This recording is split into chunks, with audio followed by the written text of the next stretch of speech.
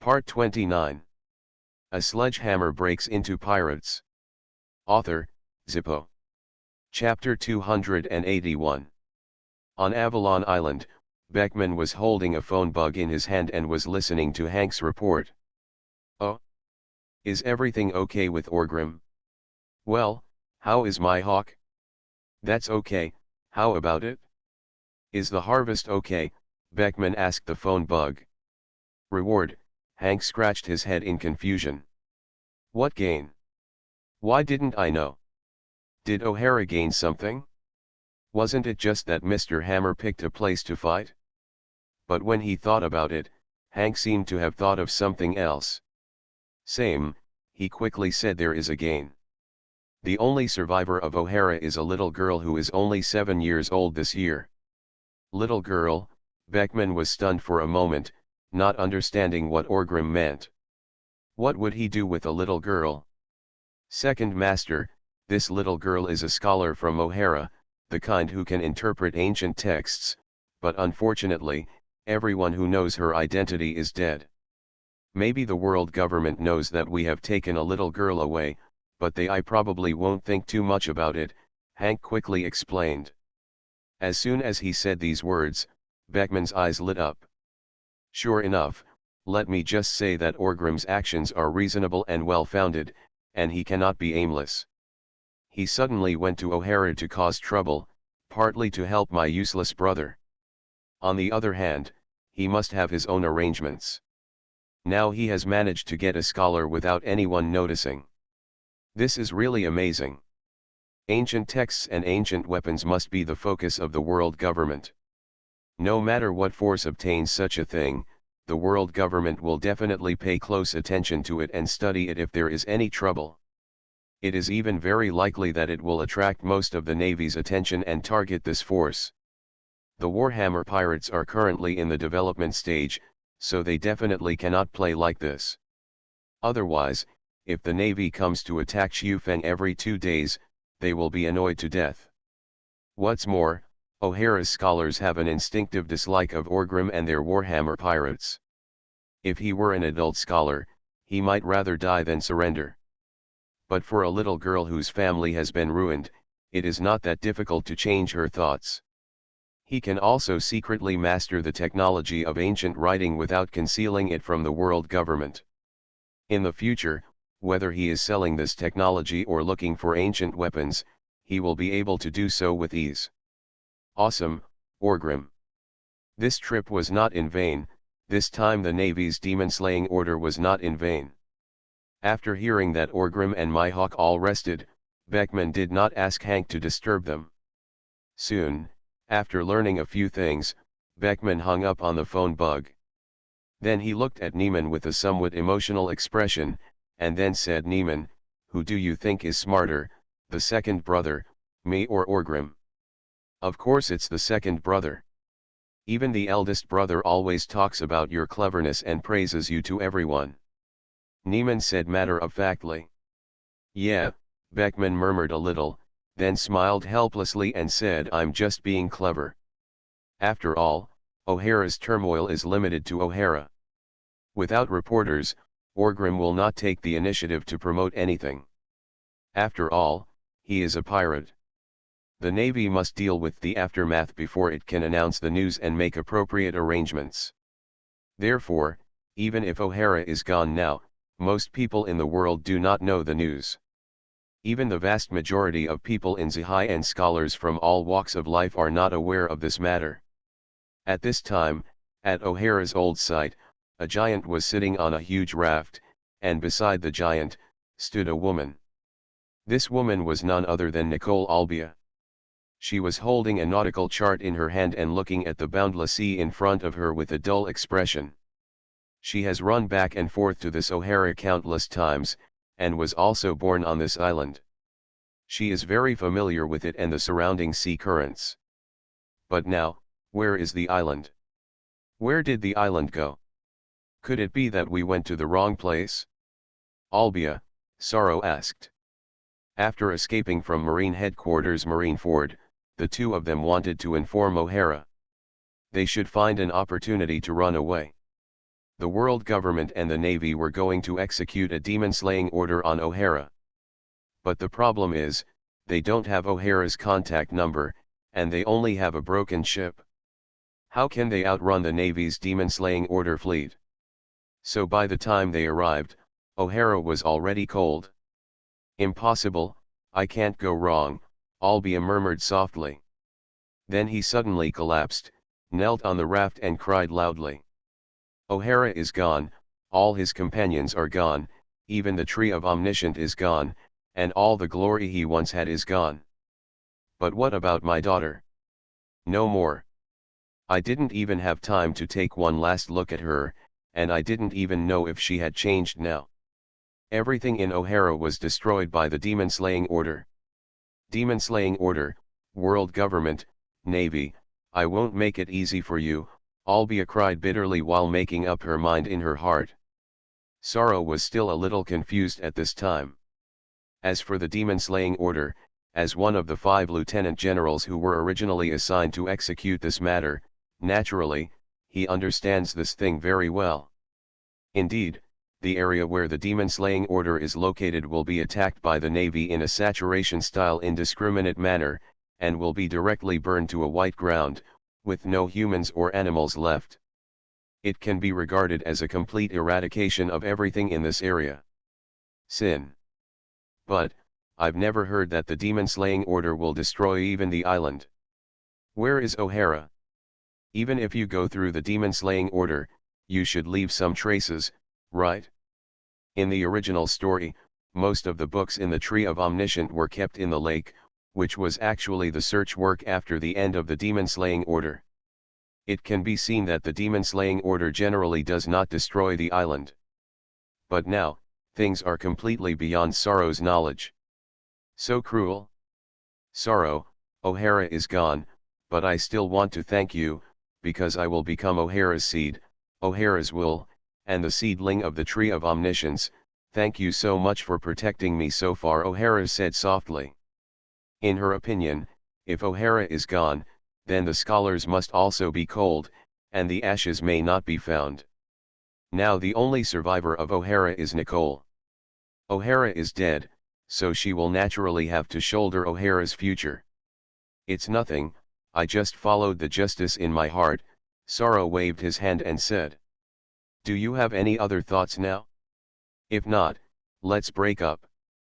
If you are with me, a procrastinator, your risk will be higher. Without me, you can do whatever you want, Albia asked. Next, she will definitely be wanted by the world government, and the same will be true for Sorrow. But he is very strong. As for the lieutenant general of the giant clan, he is still a leader. It should be no problem for someone to arrange for him, but it would be a bit embarrassing if he took her as a sluggish person with him. And by doing this, Sorrow was doing his best. Sorrow was silent for a while, and then he said with some emotion, I'm going back to the land of giants. I don't want to take care of the Navy or the world government anymore.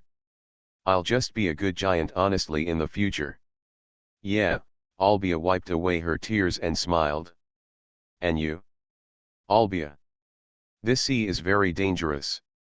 Can you do it alone? Do you want to follow me back to the land of giants? We are the most powerful country in the world. Even the world government does not dare to provoke us. We can completely guarantee your safety, Sorrow invited.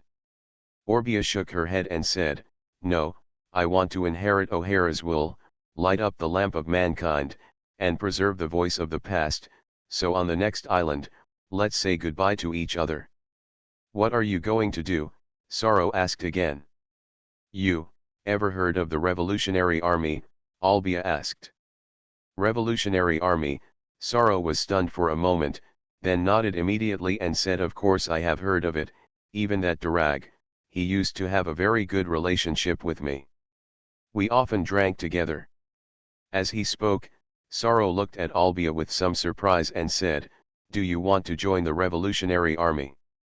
That's what I think for the time being, but I have to investigate first, Albia said. Although she also knew something about the Revolutionary Army, she didn't know much after all. Now that she was O'Hara's only seed, she naturally had to make more plans and couldn't die casually. What was in her body, the responsibility is very heavy. However, the Revolutionary Army is probably not a good thing. They have committed many crimes, Sorrow said hesitantly. We have also learned about this organization. The truth of the matter may not be that simple, but you can rest assured that I will not mess around until I am sure enough, Albia said. On the other side, in the Holy Land Maragio. At this time, the 5 old stars had already obtained the relevant results of O'Hara from the Warring States period. Judging from the final scene, it was very embarrassing. For a long time, it was as if there was no fight. The Navy could do nothing to Orgrim, and Orgrim could not do anything to the Navy. In terms of gains, it can only be said that Orgrim gained his goal, while the Navy gained almost nothing. But since then, from a macro level, although the Navy suffered heavy losses this time, the result was very gratifying. O'Hara, a serious enemy, was completely destroyed, not even a scum was left, and everything sank to the bottom of the sea. That historical text has been followed, and it is estimated that no one will be able to find it again in the future. This is more thorough than the demon-slaying order.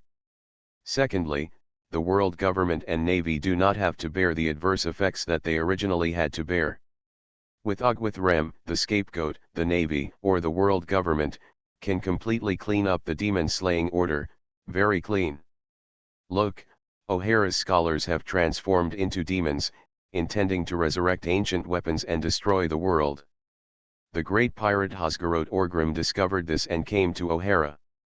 Fortunately, this secret was discovered by the wise world government and the brave navy.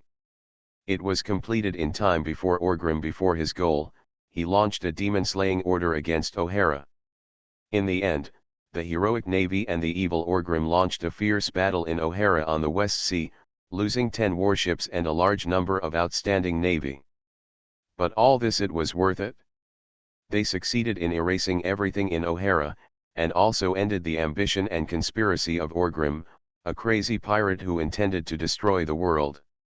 The world government once again protected the world, and they once again protected the world. It proves the danger of ancient texts and historical texts, and can curb the curiosity of scholars. What a perfect ending! Therefore, although the Warring States generals are very unhappy, the 5 old stars are very happy. Okay, that's great. This ending is great. The only regret is that I couldn't kill that bastard Orgrim, but it doesn't matter, we have a long time to come. As long as this guy doesn't get any knowledge of ancient texts and historical texts, he can, after all, he is just a pirate. No matter how powerful he is, it's not a big deal. Let's arrange the navy to deal with him later. Although Sengoku has not returned to the Navy headquarters yet, the 5 old stars could not wait for him for so long and contacted Cyborg directly. This naval marshal set the tone with him, and follow this approach to publicize O'Hara's affairs. We must do something big and special, focusing on the achievements of the world government and the Navy. Put all the dark things, for example, the refugee ship and so on, were all left to Orgrim to take the blame. He is a pirate, so there is no need to talk to him about morality. We are all doing this for world peace and justice. What's wrong with wronging him? Kind of tell him to come to Marjo and reason. A sledgehammer breaks into pirates. Author, Zippo. Chapter 282. Shampoo Islands, a port in the lawless zone. There is still a mixture of fish and dragons here, and pirate ships can be seen landing here from time to time. Then a large group of pirates begin to look for coaters on the port, wanting to coat their ships, go to Fishman Island, and enter the New World. Although it is dangerous here, it is also very prosperous. Because none of these pirates have complete confidence that they can break through the deep sea and enter the New World. Therefore, most pirates will squander all their wealth on the Chambord Islands, enjoy themselves, and wait until they are penniless before making a desperate attack. When pirates spend money, they must be lavish, which will promote the prosperity of this area. Of course, there are also pirates who want to have sex for free, but there are also many evil gangs in the illegal zone. Ordinary pirates really can't make any waves here. A slightly more powerful pirate wouldn't be so mean. At this time, in the port, a group of coaters gathered together, seemingly waiting for business. There are many coaters on the Chambord Islands, so many people sometimes can't get work for 10 days and a half, but once they start working, they can earn enough for 1 or 2 months of living expenses. Therefore, most of them live a very cool life, coming to the port every day to wait for work. When they are not waiting, they get together with other colleagues to drink and chat, brag, exchange experiences and so on. At this time, Riley was among the group of coaters. He was dressed very slovenly. His yellow shirt was a little white. His loose trousers had several holes at the knees. He had a gray-white coat draped over his shoulders. Not only does it not show the momentum, but it further increases the feeling of being a gangster. He was squatting on the port, holding a half-burned cigarette in one hand and a small iron flask in the other, and he was talking to the coaters with great interest. You don't know that the ship was directly smashed into several pieces by the tail of the Sea King, and the coating was broken instantly. The people on the ship were swept away by the turbulent sea water in an instant, and the gold and silver treasures followed them everywhere. What is Rayleigh blowing? You spoke in such detail, it was as if you were there, another coater joked with a smile. Riley nodded matter-of-factly and said, "That's right, I'm right there." "Ha ha ha ha ha, Laule, are you acting like a Neptune at the scene?" Another coater laughed. "So how did you escape?" a young coater asked with a smile. "Hi, don't you know who I am? Hades Shilbaz Rayleigh." "Then why are you afraid of a Neptune?"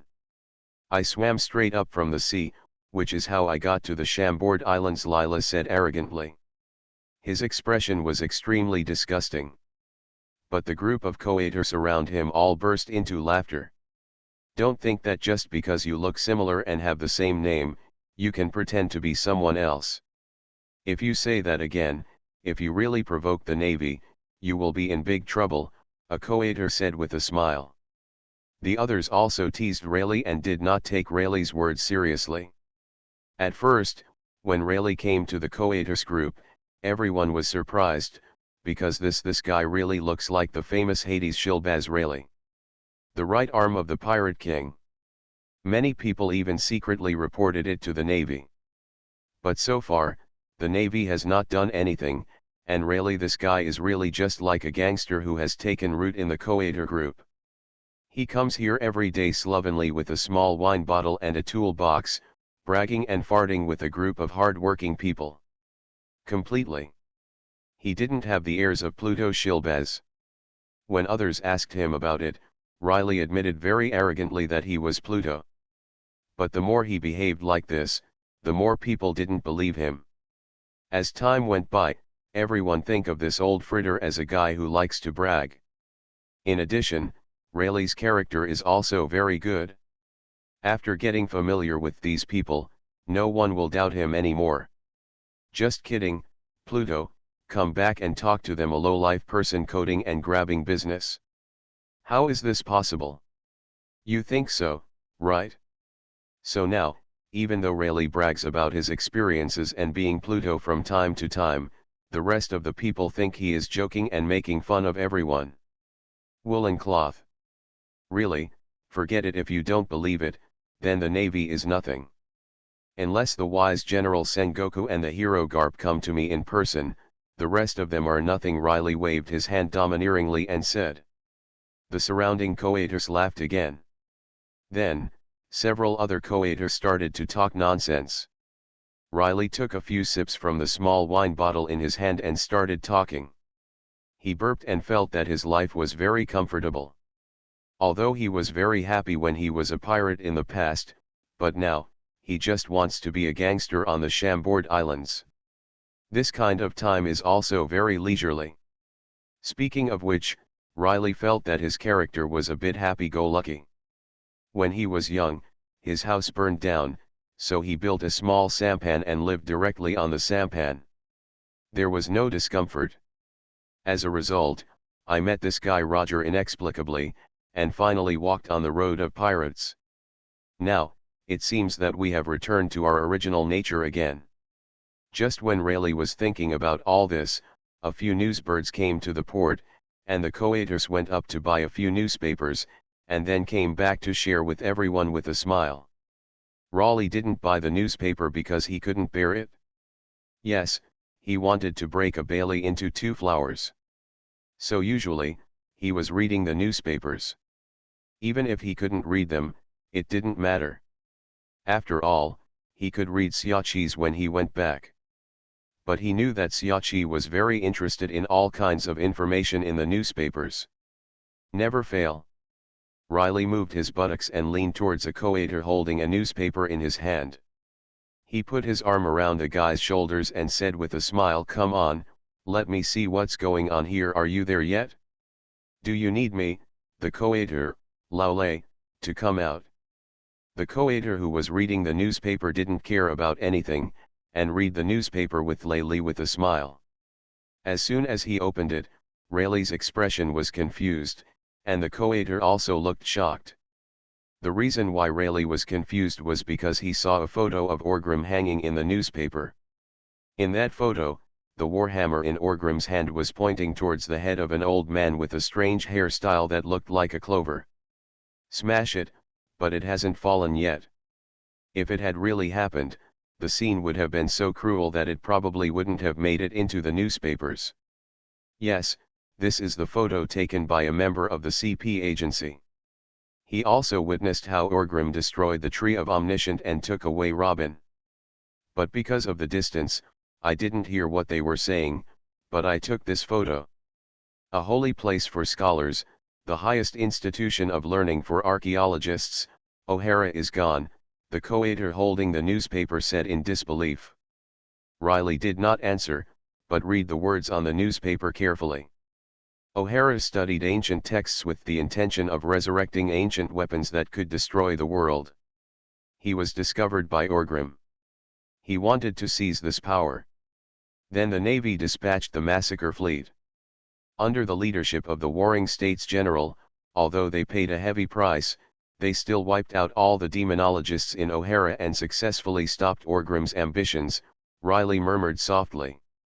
Although this newspaper showed the victory of the Navy, destroyed the demonologists who intended to resurrect ancient weapons, and blocked Orgrim's plan. But Rayleigh saw a deeper meaning. It did not claim that the Navy had captured Orgrim. That is to say, Orgrim fought against the demon-slaying order fleet led by that guy from the Warring States period in O'Hara. This bastard is getting better and better. Not even dead?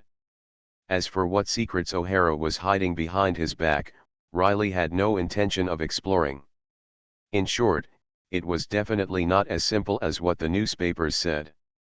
This demon-slaying order, these scholars, and the world government, it's all very complicated. After sweeping away these thoughts, Riley quickly asked, "Look, has the bounty of Kashgro Orgrim, the source of chaos, increased?" The coater heard Riley's words. Finally, he was also very curious and quickly shook the newspaper, but no reward was found. Seeing this, he said helplessly, "It seems not." Rayleigh also smiled slightly and said, "Yes, after all, it is the victory of the world government and the Navy. It's clear that the world government and the Navy are downplaying Orgrim's remaining role in this incident, emphasizing his evil, and then placing all the blame on Orgrim. Then, this will demonstrate the justice of the Navy and the victory of the world government. Since the Navy and the world government have achieved victory in terms of actions and results, Orgrim has returned in defeat. What's the bounty? It's okay if you win, but do you have to pay more if you lose? Isn't this going to be a mess?" After thinking about this matter, Rayleigh didn't care so much. He held his small wine bottle with a smile and took 2 more sips. At the same time, the big event about O'Hara was finally announced to the entire world under the arrangement of the world government. Here, Orgrim's arrangements are clear. This major incident is nothing worth paying attention to the general forces and people. Because scholars, these people, have a somewhat aloof feeling. Whether they die or not, they have little to do with the general public. On the contrary, the cultural world was in an uproar, with men silently crying and women all in shock. Just as the world government calculated, these people did not criticize the world government, but instead realized the dangers of these ancient texts and historical texts. That could really attract the evil pirate. Didn't you think Orgrim would not hesitate to fight against the Navy's demon-slaying order just for such a thing? This time the world government and Navy discovered it early and prevented it. If we study it again, will we be so lucky next time? For a time, those scholars in the cultural world who were secretly studying ancient texts also stopped their actions and did not dare to continue making mistakes. In terms of purpose, world government achieves its goals perfectly. As for the big pirates, they only paid attention to Orgrim, and they were a little relieved when they found that he failed to succeed and got ancient weapons and so on.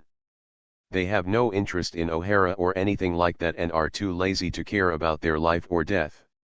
Of course, there are also rumors that Kaido burst into tears after seeing this newspaper. As for the reason, no one knows. You are listening to Novels at Bless Up channel.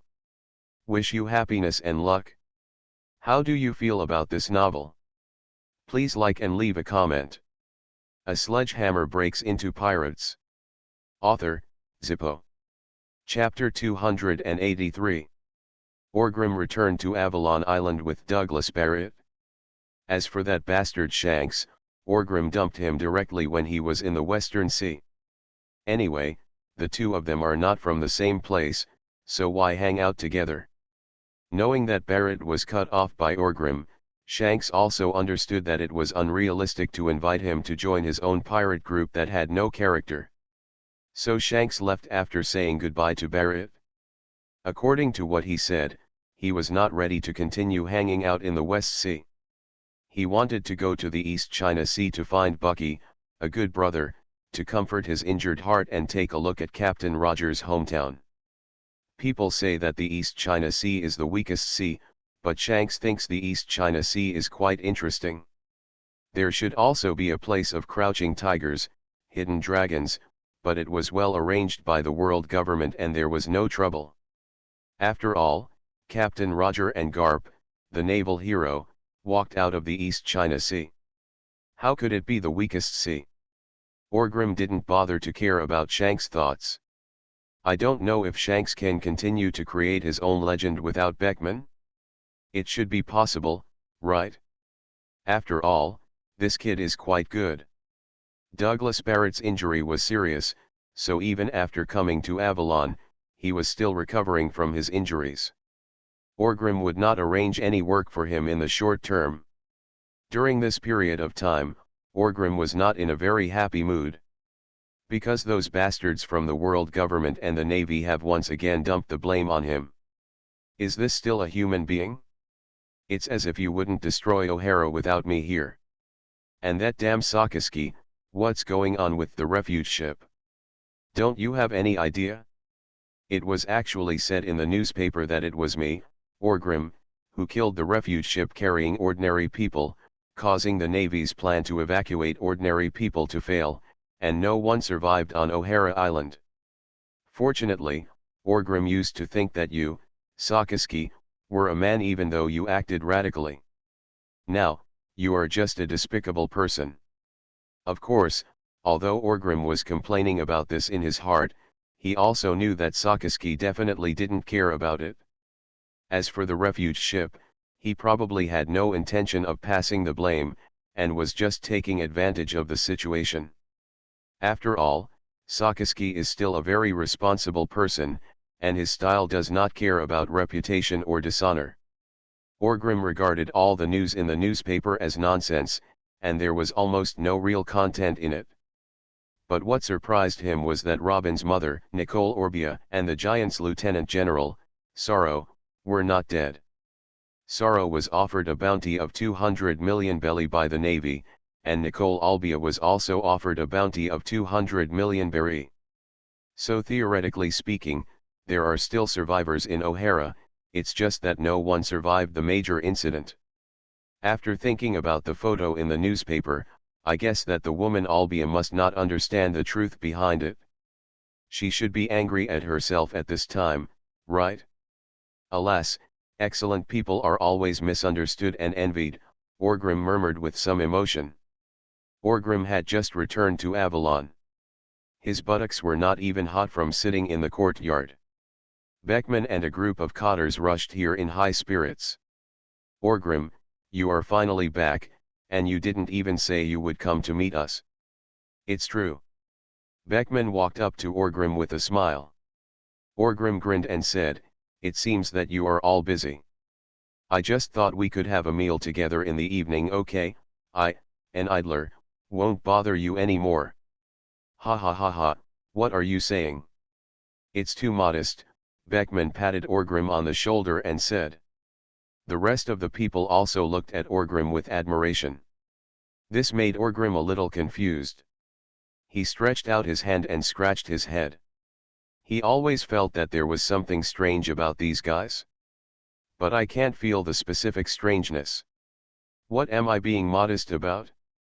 That's awesome, Mr. Hammer, the Sphinx also excitedly said to Orgrim.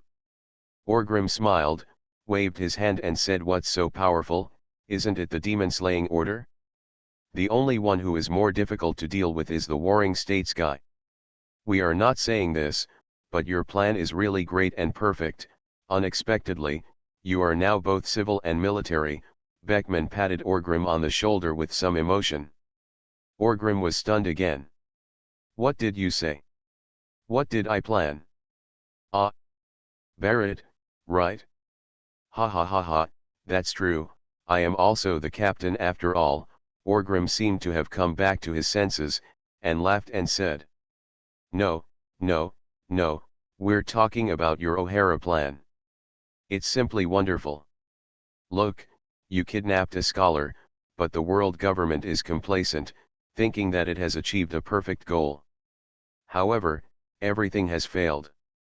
In your plan, they thought they had arranged it for you clearly and were taking the blame, but in fact, it was you who had arranged it for them clearly. It was amazing. I used to boast that I had a high IQ. Well, now that I think about it, is that all just cleverness, or are you more wise? Is this the legendary wisdom that is as great as foolishness? Beckman excitedly praised Orgrim. His words made Orgrim confused and doubtful about life. What is this? But when he thought about it carefully, he found that Beckman, what you say makes sense. I am still angry at the world government for blaming me, but now listening to Beckman's analysis, it seems that I am better. The world government is complacent, thinking that O'Hara's matter has come to a successful conclusion, and their goal has been perfectly achieved. The ancient texts and historical texts have come to an end.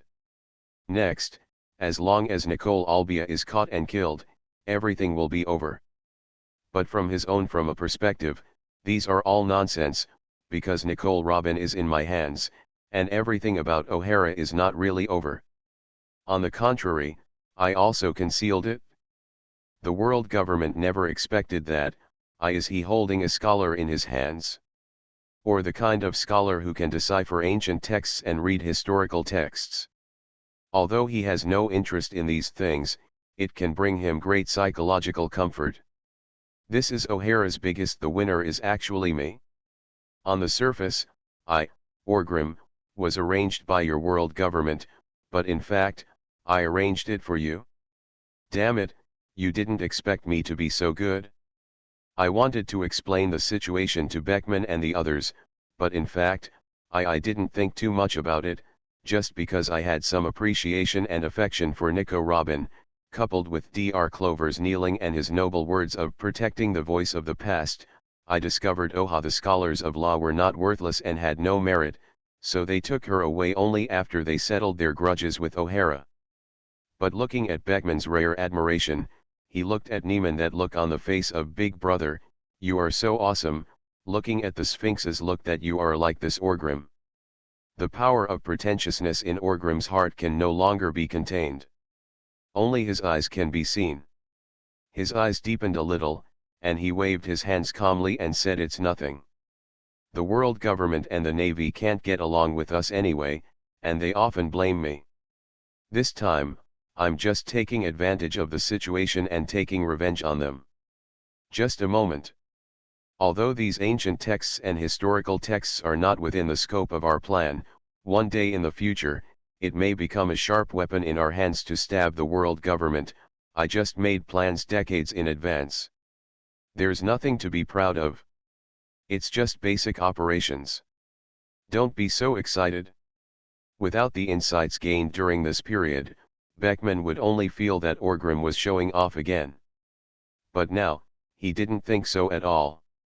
Looking at the calm Orgrim, he felt like, on the contrary, I feel a little emotional.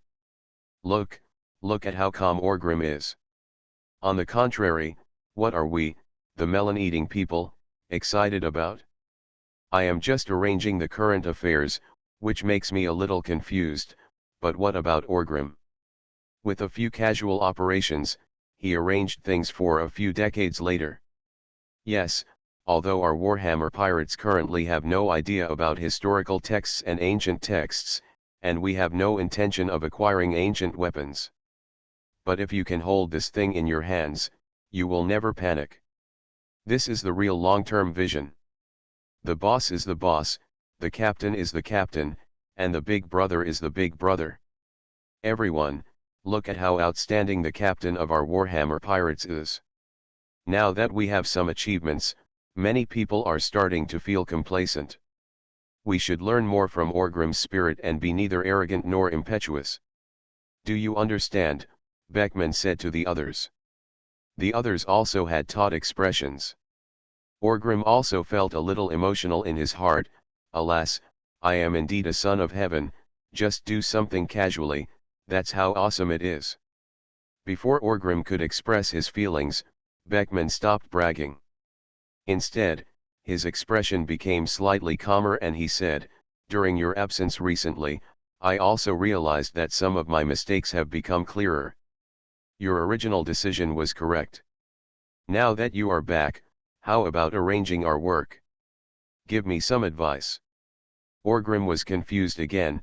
What the hell? What mistake did you make? I finally came back from the outside, can you let me rest quietly for a few days? What kind of work are you guiding? I think you are doing a good job. How? Is there any trouble happening? Orgrim asked, pretending to be very calm. There is no way. A minute ago, Beckman and the others were still bragging about themselves. Now of course they have to act like they are wise, otherwise they will just pretend. It was a little bit struck by lightning. After seeing Orgrim's calm expression, Beckman felt certain in his heart. He smiled and said, "Sure enough, you are already confident. Yes, there is really no trouble now, as soon as what happened to you in O'Hara came out, those thorns were all guilty. I also followed your high-pressure policy in Avalon and killed a large number of people. The situation has stabilized, but I still want to let me see if there is anything to add."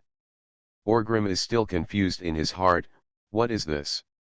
I can hear all your words clearly, but why can't I understand the meaning of the combination? Although I am very confused, I heard Beckman say that the trouble is over, it was solved, and Orgrim was slightly relieved.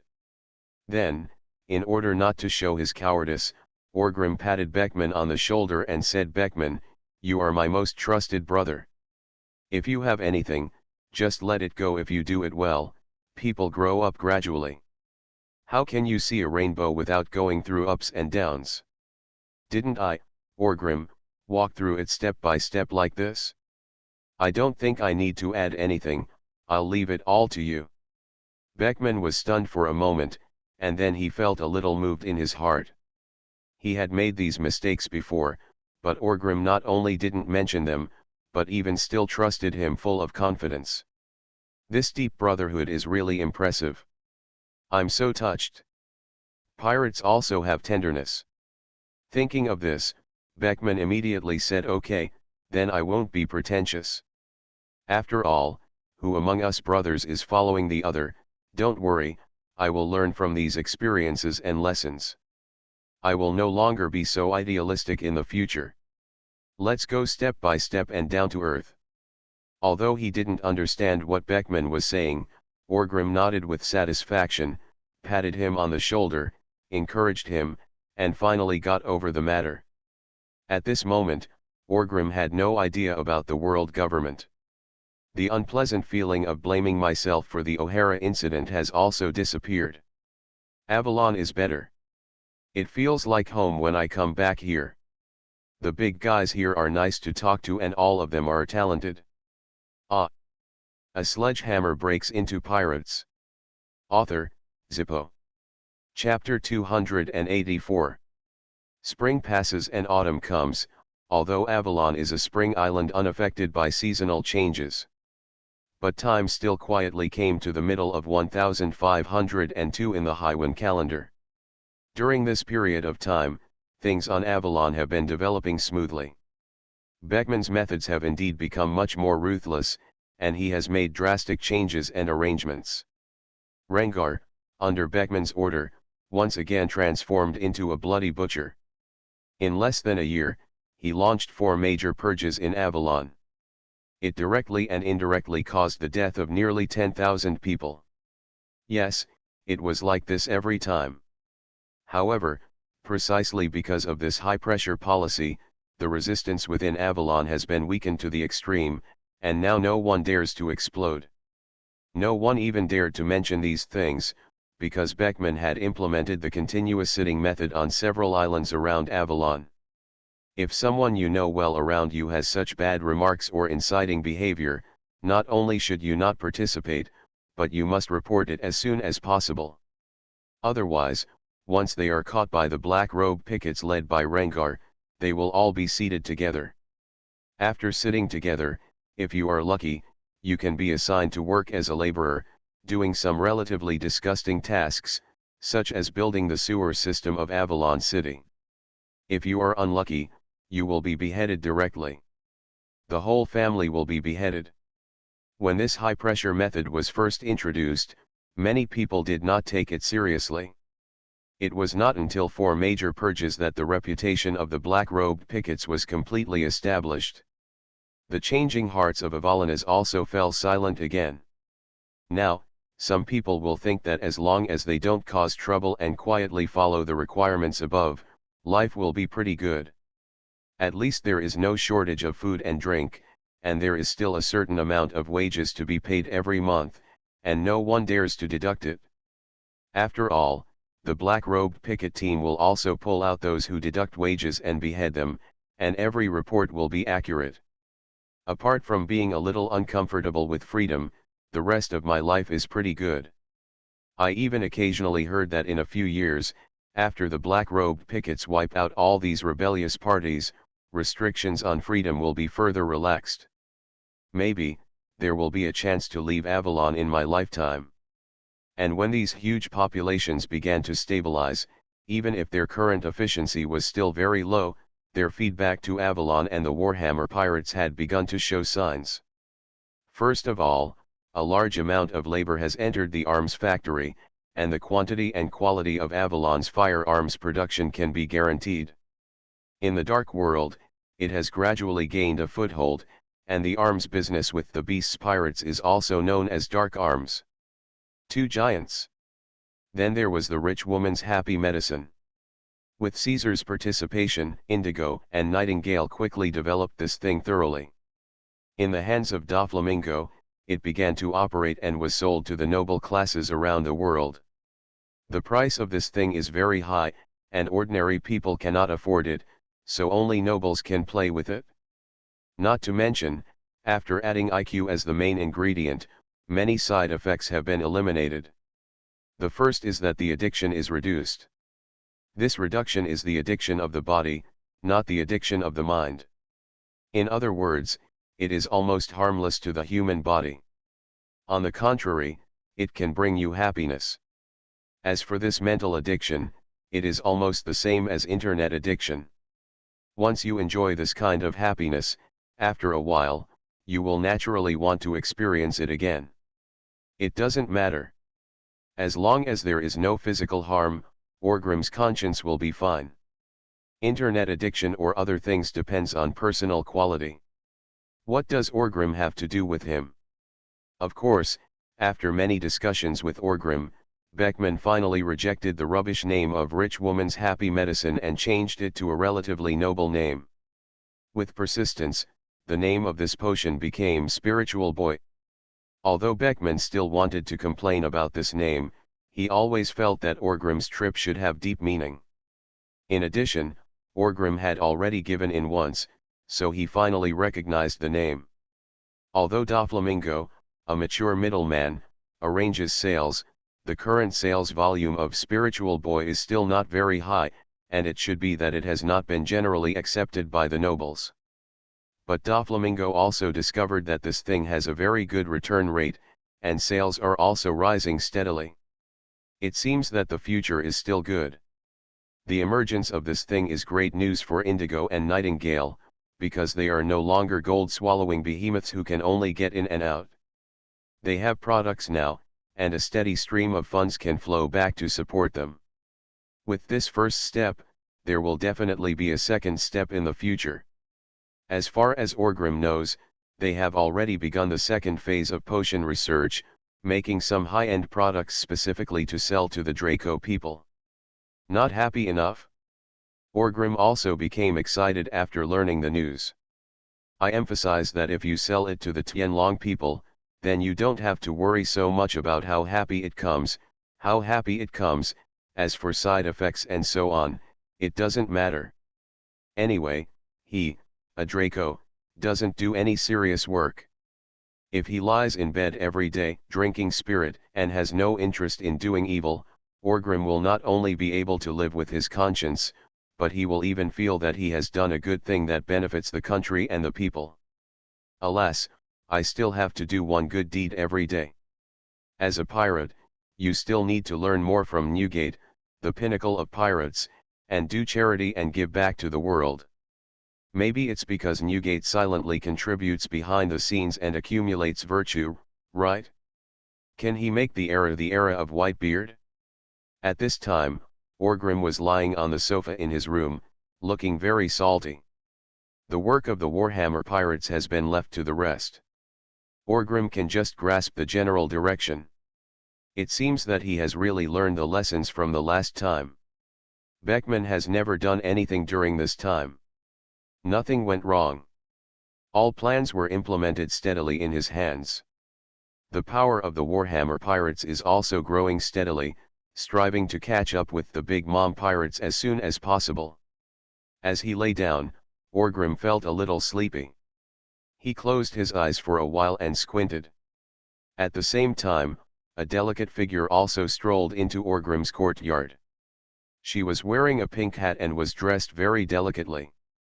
There was a crystal pendant hanging around her neck, which looked neither luxurious nor vulgar. The white waistcoat is placed on the fair shoulders, showing off the graceful figure. That's right, the person coming is none other than Stussy, the Queen of Happy Street. Although the Navy suffered heavy losses in the O'Hara incident, 10 warships and a large number of elite Navy soldiers were involved. But as far as the results are concerned, the world government is extremely happy, and Stussy, because he reported O'Hara's information, also achieved greater success with the CP agency, and has joined the 5 Old Stars. Eyes. After learning that Stussy had a good personal relationship with Orgrim, Wu Laoxing immediately decided to let Stussy be in charge of the intelligence work of the Warhammer pirates in the future. If you want money, give money, and if you want people, give others. In short, you must maintain a sufficient friendship with Orgrim. Look, it just cost tens of billions to catch O'Hara as a hidden danger. Isn't it worth it? Even though the bastard Orgrim always caused trouble for them, he was still a very interesting person, and he didn't treat his friends badly at all. So Stussy is now considered to be promoted and rich, and he thinks of Orgrim as much as he likes him, so he regards him as his great treasure. As soon as he entered the courtyard, Stussy saw a few familiar figures, the trainee crew member of the Warhammer Pirates, Eniro, the very talented Rob Lucci, and a man sitting in the shade of a tree, reading a book. Little Loli. During this period of time, Stussy often came to the Warhammer Pirates to communicate with Orgrim. Of course, she also had some understanding of this little Loli. Orgrim left Stussy on Avalon Island in order to use her to send some wrong messages to the world government. Now, isn't this the opportunity? Therefore, Stussy now believes that Robin is just an ordinary little girl that Orgrim saved casually. The reason? There is no need for any reason, pirates do whatever they want, and Stussy has already understood who Orgrim is through his contact with Orgrim. When he was in a good mood, he could be friends with the coolies carrying the bags at the port of Avalon. When he was in a bad mood, he even dared to fight the admiral. This person is very casual man. If he saves a little girl or something, you can even think of him as showing his kindness. After confirming that there was nothing different about Robin and no problem, Stussy immediately reported the situation to the world government. The world government also breathed a sigh of relief again. Although they had never doubted anything, it would still be good to have an accurate answer. He smiled and said hello to Robin and Lucci, while Enilu sat cross-legged in the courtyard with his eyes closed, seeming to be practicing, so Stussy did not disturb him, but walked into Og happily. In Rem's house. After she closed the door, Enel opened his eyes and glanced thoughtfully at the direction Stussy went in. Then, he scolded Lucci, "Don't always bully Robin. Be careful of the captain hitting you your ass." Lucci was very aggrieved. "I didn't bully her at all." As soon as Stussy entered the door, she saw Orgrim lying on the sofa in the living room. His posture was very casual, and he was fast asleep. "Didn't we make an appointment to meet today? Why did you fall asleep now?" Stussy looked at Orgrim in confusion. She walked to Orgrim's side with light steps. She looked at Orgrim's defenseless and sleeping appearance, and felt in her heart it was also a little exciting. If Orgrim was assassinated here, how much credit would that be? Thinking about it, Stussy felt a little hot in her heart, and couldn't help but stretch out her slender fingers, as if she wanted to touch the ends of Orgrim's hair. Just when she was about to put her fingers on it, she felt a little reluctant in her heart. But soon, this reluctance was suppressed by her, and instead he comforted himself. "No, Stussy, you can't act rashly, it is inconsistent with the mission, and, Orgrim's physical strength is extremely strong. Even if a hole is made in his head, he will not necessarily die. If he doesn't die, it will be me who will die." Thinking of this, Stussy put a smile on his face, relieved the murderous aura in his heart, gently pressed his fingers on Orgrim's head, and slowly kneaded it, as if to give him it was like a massage. Orgrim still looked like he had not woken up, but adjusted his position comfortably. In this way, after about half an hour, Stussy felt that his fingers were a little sore. Orgrim slowly opened his eyes, yawned, stretched and said, "The reason why I slept so comfortably this time is because I have a beautiful woman by my side." "Thank you very much, Stussy." Actually, Orgrim was already awake the moment Stussy entered the door. He also wanted to see if Stussy would do something while he was sleeping, such as stealing confidential documents or something. As a result, Stussy came over and massaged his head, which made Orgrim a little strange. "Ha ha ha, Master Chui, you are busy with work, so you should pay more attention to rest," Stussy said with a smile. Orgrim thought I was too busy, but on the surface he still looked very serious, nodded and said, "Thank you for your concern." A Sledgehammer Breaks into Pirates. Author, Zippo. Chapter 285. Sitting up, Orgrim was about to pour some tea for Stussy, but Stussy was very discerning. He poured the tea with a smile and handed it to Orgrim. Orgrim took a sip from the teacup, and then asked, "What's wrong?" What happened today? You suddenly asked me to meet. Stussy also took a sip from the teacup, and then said with a sweet smile, what? What's wrong? It's as if I can't ask you to meet me if I have nothing to do. Gee ha ha ha ha ha, of course I won't refuse a beautiful woman's date. Orgrim laughed. When Stussy heard what he said, he remembered the time when he yelled get out when he was outside the palace gate. He cursed secretly in his heart, but still smiled on the surface. The two of them chatted casually and exchanged business blows before Stussy got to the point. Master Chui, I heard that you are doing very well in the arms business in the dark world now. Stussy said with a smile. Orgrim raised his eyebrows, and then said, just do it? To barely manage to become one of the two arms giants is really impressive. Stussy praised again. How? Could it be that, Your Majesty the Queen, you are also interested in this business and want to join in? Orgrim asked curiously. Stussy smiled again and continued, I, Happy Street, am a member of the Dark World. Of course I am interested in various businesses in the Dark World. I didn't have the chance before, but now, isn't it because of your relationship with Mr. Chui? Why don't you reward me with a meal? Orgrim smiled after hearing this, reached out to pick up the teacup again, and took a sip. After thinking about it for a while, Orgrim continued, this is really a pity, Stussy, this regarding business. We, the Warhammer pirates, had already made an agreement with the Don Quixote family, and no third party was allowed to interfere. I, Orgrim, am based on integrity. You can't ask me to go back on it, right? You're a pirate, what kind of integrity do you want? Stussy cursed secretly in her heart, but put a smile on her lips and said, really, that's really a pity, since Mr. Hammer, you said so. I, Stussy, will not force anyone to do anything difficult. Ha ha ha ha, as long as you understand. Orgrim smiled and said. But Mr. Chui, please give me some care. Stussy sat closer to Orgrim and leaned half of her body against Orgrim. Orgrim didn't avoid it. It's a free advantage.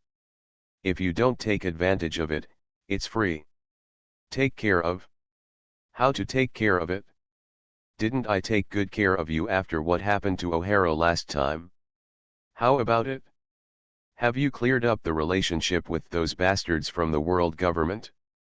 Orgrim asked with a smile.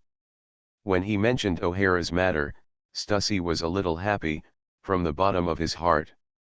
Seemingly thinking of Orgrim's goodness, Stussy grabbed his hand. He took Orgrim's hand and said with a smile, although I have already thanked you for what happened last time, I still can't help but thank you again, Mr. Hammer. Indeed, as you said, it is precisely because of Orgrim regarding Hara, our happy street has established some relationships with the world government, and business has improved a lot. Gee ha ha ha ha, I'm happy that your business is going well. After all, we are friends. But Stussy, again, don't sell my information. Orgrim grabbed Stussy's palm with his backhand and rubbed it. Stussy didn't struggle. In fact, although she often secretly cursed Orgrim as a bastard in her heart. But after being in contact with him for so long, she had no feelings for Orgrim. Grim's various senses have also changed. Although Orgrim is a pirate, I have to say that this guy is very charming. Although he is not earth-shatteringly handsome, it matches his domineering. The momentum is really pleasing to the eye. The people Stussy comes in contact with are all high-end people, but among these people, only Orgrim is the most special. Such heroes, if it weren't for their different stances, Stussy really wants to develop a relationship with Orgrim that goes beyond friendship. Mr. Hammer, don't worry, how could I, Stussy, sell your information to others? Stussy responded with a smile. Orgrim didn't believe a word of it, but nodded with satisfaction and said, of course I believe you. After all, we are old friends. Then again, it is precisely because our happy street has established a relationship with the world government, so this time, we have some commissions there, Stussy continued. Orgrim smacked his lips and said, "Does this have anything to do with me?" "Of course, it's a matter of the arms business," Stussy nodded and said. "Gee ha ha ha ha, what? Could it be that the world government wants to cooperate with me to develop arms? Don't they dislike my identity as a pirate? Want to shake hands with me and make peace?" Orgrim laughed. "But this is simply impossible." Stussy also knew that Orgrim was joking, so he quickly said, "That's not the case.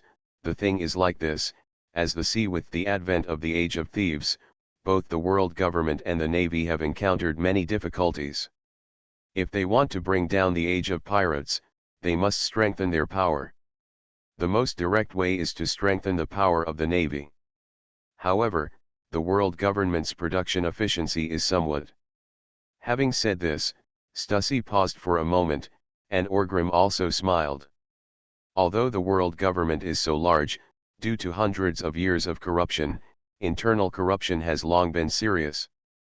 Maybe the upper echelons like Wulaoxing and others want to change the situation. After all, they don't need to be corrupt. Can the affairs of the highest-ranking Tianlong people be called corruption? Therefore, for them, the more powerful the world government is, the more powerful they are, and naturally they want to eliminate all the ills in the system. Yes, although it sounds incredible, in fact, Wulaoxing is a person with noble sentiments. They want to make the world government better and better. This is a somewhat contradictory, but indeed reasonable phenomenon. It's just that the ills that have existed for 800 years cannot be solved casually, and the 5 old stars have not made much achievements so far. And it is precisely because of the corruption within the world government that they are large in size but not very efficient. For example, if 1 billion of funds are allocated and exploited at all levels, when it is time to actually produce arms, it will be a blessing to have 300 million to put into production. Therefore, for the world government, it is more cost-effective to buy it than to build it yourself. If you buy it, 1 billion can buy 1,000 cannons, and if you make it yourself, 1 billion can buy 100 cannons. It's all very insense, okay. What are the trade-offs here? Do you still have to choose? Of course, the 5 old stars also know that doing so is tantamount to drinking poison to quench thirst, and also strengthens the power of smuggling arms dealers. But now the situation is beyond their control. The era of great pirates is becoming more and more turbulent, and they have no choice. If you want to quickly increase your strength, you can only buy these smuggled arms of comparable quality. But they also have a bottom line. First of all, they buy what they buy, but the technology cannot just be abandoned. Therefore, the Navy's scientific force still spends a lot of money on researching these technologies every year and cannot be lame. In the view of the 5 old stars, they must have this technology themselves. When these shortcomings are eliminated, they can directly start new production and not be abandoned by the times. To put it simply, the world government is in urgent need of some arms, which can continuously supply them. At the same time, the development of technology in their hands cannot be stopped. When their own illnesses are cured, they will be able to get rid of this dependence and directly rely on themselves. I have to say, the abacus is pretty good. In short, the efficiency is somewhat low and cannot meet the needs of the world government, so they want to replenish enough arms from the dark world, Stussy said softly. Orgrim sneered and said, "You mean, I sold arms to the world government and asked them to use them to deal with pirates like me? Isn't that sick? Mr. Hammer, the world government will give you money. You have received a lot of baileys from the world government, and you can still increase your strength. However, the arms obtained by the world government are not only used to deal with your family of pirates. Can't you see who has the advantage here?" Stussy persuaded softly. I have to say that Stussy's words still make some sense. This is tantamount to Orgrim betraying the interests of all pirates to obtain a large amount of wealth and strengthen himself. Although I heard it seems very unethical, but is Orgrim a person who cares about morality? What's more, with pirates like them, What is moral and unjust? However, Orgrim still has some airs, and is not directly persuading. Seeing this, Stussy continued, and Mr. Hammer, the world government is willing to purchase a large amount of goods from you at a premium of 20% higher than that in the dark world. As much as you want. Generally speaking, the greater the demand from a customer, the more favorable it is for the seller to give him a small profit but quick turnover. However, the world government directly offered a premium price and favored large quantities, which really made Orgrim a little excited. A 20% premium. To be honest, if the world government is not afraid of too much trouble, it can be done by getting the goods from your customers separately, right? But this involves lower level distribution sharing, which means that you are giving 20% of the profits to those unrelated people. It is better to sell it directly to the world government. In this way, both sides will benefit, right? Stussy tried to dissuade her again. Orgrim smiled. What he said did seem to make sense. But in fact, are the world governments afraid of trouble? No, they just cherish their feathers. If they are scattered, when it comes to getting goods, people talk a lot. Maybe one day their world government's smuggling and purchasing of arms from the dark world will become known to everyone. It will be a big deal to the world government and the navy that uses these arms. The reputation will be hit. On the contrary, if Orgrim is the only one who supplies the goods, the risk is not very big. The price is 20% premium. As long as Orgrim still wants to make this money, he will not say anything nonsense. Even if the two sides are opposed, they are still bound by interests. Sure enough, how can this world be black and white? Orgrim doesn't intend to refuse anything, he just wants to show off, and you can't say that the world government wants to buy it. Orgrim, will send it up without any hesitation, right? But he also knows that even if he doesn't take this job, it won't be too long before the world government goes to Kaido. Rather than give this money to Kaido come and make money, it's better for me, Orgrim, to make it myself. Seeing Orgrim's hesitation, Stussy once again pressed her body against Orgrim's body, coquettishly, and begged, please help me, Master Chui. Although you are not short of money now, this matter is also very important to our happy street. As long as you open the golden mouth, my happy street will invest another 500 in Avalon tomorrow. Billionaire. Orgrim glanced at Stussy, and then asked, is this important to you, happy street? Stussy thought, of course it is important. It is related to my next step of promotion and wealth. Do you think it is important or not? So Stussy nodded quickly and said, of course, I, Happy Street, want to cooperate more with the world government. When the time comes, I can also give priority to selling the intelligence there to you. Isn't this another benefit? Gee, ha ha ha ha, sell to me first?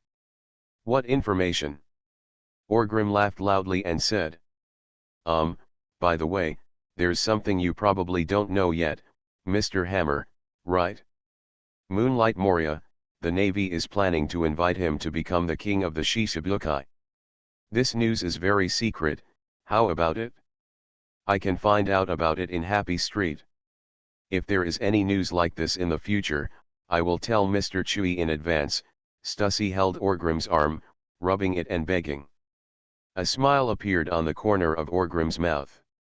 You are listening to Novels at Bless Up channel. Wish you happiness and luck. How do you feel about this novel? Please like and leave a comment. A sledgehammer breaks into pirates. Author, Zippo. Chapter 286. Among the four great pirates of this era, Orgrim is relatively active, but he is not active very often, and the most active ones are actually the Big Mom pirates. They have the biggest moves in the New World. Still kind of continuous. On the contrary, the world's strongest man, Whitebeard, Edward Newgate, and the strongest creature, Kaido. These two guys hardly made any big noise. Occasionally, I could hear someone challenging Whitebeard, and then being beaten so hard that they couldn't even recognize him. But as for Kaido, it has been peaceful and stable for 2 years in a row. There is almost no big news. I just occasionally heard that Kaido was crying again or something. But not long ago, something big or small happened on Kaido's side. That is, Moonlight Moria went to Wano country to challenge Kaido, and the two had a fierce battle there. Even the ancestral grave of Ryoma-do, the dragon-slaying samurai of Wano, was dug up, and his body disappeared together with his famous sword Shosui. Everyone suspected that this was what Moria did. In the end, the result of this war, of course, ended with Kaido's victory. The Moria pirates were almost completely wiped out and their whole family died. Only Moria escaped by unknown means. This kind of thing can be big or small, and it is not that rare. Although Orgrim looked down on Moria, he still had a certain reputation on the sea anyway, so this matter attracted enough attention. But so what? How popular was Crocodile in the New World back then? It is said that pirates have a 50-50 chance of fighting anyone. But in the end, it wasn't because he challenged Whitebeard that his entire army was wiped out, his entire family died, and one of his hands was broken. Now he doesn't even want to be a part of the New World anymore. He went to Alabasta to become a minor noble, and became a member of the Seven Kings. Wu-hai, are you ready to become a national hero? So this kind of thing is not a surprising thing. Orgrim paid attention to it at first and stopped caring about it. Now it seems that the Navy headquarters has taken a fancy to Mariah's talent and is preparing to absorb him into the system of the king's Shichibukai. Gee ha ha ha ha ha, it's the Kibukai of the king again, forget about Crocodile. He first became the Kibukai of the king before losing to Whitebeard. What is the situation of Moria? The Shichibukai under the king is just like the Navy's propaganda. Is it a shelter for garbage? A paradise for losers? Orgrim laughed. Stussy also laughed and said, of course these people can't be compared to you, Mr. Hammer. After a short pause, Stussy saw that Orgrim didn't seem to be particularly concerned about it, so he whispered again, actually, although the Navy has approved the plan of the King Shichibukai, in it, there is no difference between the world and the world. The opinions of the government are very different. In principle, the world government is not optimistic about Moonlight Moria's matter, but it was mainly because the reasons given by the Navy were very reasonable and it was finally approved. Just kidding, the world government wants to form a powerful pirate organization to conquer the New World and spread their influence. Of course, this organization needs to be more powerful, and it needs to be all crooked people like Moria. So what's the use of the king's Shichibukai? But the Navy wants to hinder the king's Shichibukai. Orgrim can understand this. This is true. Orgrim nodded and said. In fact, the Shichibukai that the world government wants to recruit should be powerful heroes like you, Lord Sui. I am indeed here to represent the world government to ask what your intention is. Stussy smiled again and said. Oh, Orgrim raised his eyebrows with a strange expression. It seems that this is another benefit given by the world government in order to buy arms from him. Orgrim is indeed a headache for the world government, and he can't wait to do it. Kill him. After all, Orgrim first started the era of great pirates, and then caused trouble in Impelton, which made the world government embarrassed. But the world government is also an organization that focuses on interests, especially the 5 old stars. When they and Orgrim are at this point, they rarely use hatred to do things. Most of them look at the interests first, otherwise they are really reckless. The Great Pirate Era and so on have become a foregone conclusion. Now there is nothing they can do to settle accounts with Orgrim. Rather than this, if they can win over Orgrim to become the king of the 7 warlords, it will be of great benefit to the world government. Therefore, if Orgrim is willing to give the world, the government provides arms, and both parties tie up their interests to a certain extent. The 5 old stars can be ruthless and give Orgrim a position as king of the Shichibukai. How about it? Mr. Hammer, Are you interested? Stussy asked excitedly. Arms are one thing. If Orgrim is willing to join the king's Shishibukai, Stussy will have made a great contribution as the introducer. But he sneered and said, I'm not willing or interested. Let them go away and stop paying attention to me. Just kidding, Orgrim is doing well in the pirate business now, why should he be recruited? Looking at the new world now, there are only 3 companies that can compete with him. Therefore, Orgrim also saw that these 4 pirate families are gradually forming the Yonko class. Among them, Newgate has already become a member of this class, but he is not just right. When he, Kaido and Charlotte Lingling make the plate bigger, to truly suppress the rest of the pirates, the Yonko pattern should naturally appear. It means that he has taken Shank's position. From this point of view, does Orgrim have a mental illness? Let's put aside the more domineering 4-legged skills and become the Shishibukai king? Now he is the seed of a gold medal player. He just needs to develop well. If he hadn't joined Shiji or something, he hadn't developed these basic skills. Pan Lai is unable to stand firmly in the new world and can only temporarily occupy the position of a silver medal player. Then Orgrim doesn't mind cooperating with the world government and joining the king's Shishibukai. As for reputation, what kind of reputation does it take to be a pirate? As long as the benefits are big enough. So now, it is no longer the Shishibukai who chooses Orgrim, but Orgrim who despises the Shishibukai. Unless the world government can give a better choice than the 4 emperors for greater benefits, maybe Orgrim can consider it, otherwise the rest will be in vain. Whoever wants to take the throne of the Kibudai, I will take it anyway. Stussy was a little disappointed when she heard this. She didn't look at it. There is no such thing as the 4 emperors pattern. After all, this kind of thing has never appeared before. It is just that Orgrim and the world government have 2 deep prejudices and the 2 sides cannot get along. What about this arms thing, Master Chui, don't you agree? Stussy looked at Orgrim with some grievance. Orgrim then smiled and said, let me ask you, if I don't agree with this matter, the world government is going to file a lawsuit against Kaido. These plans?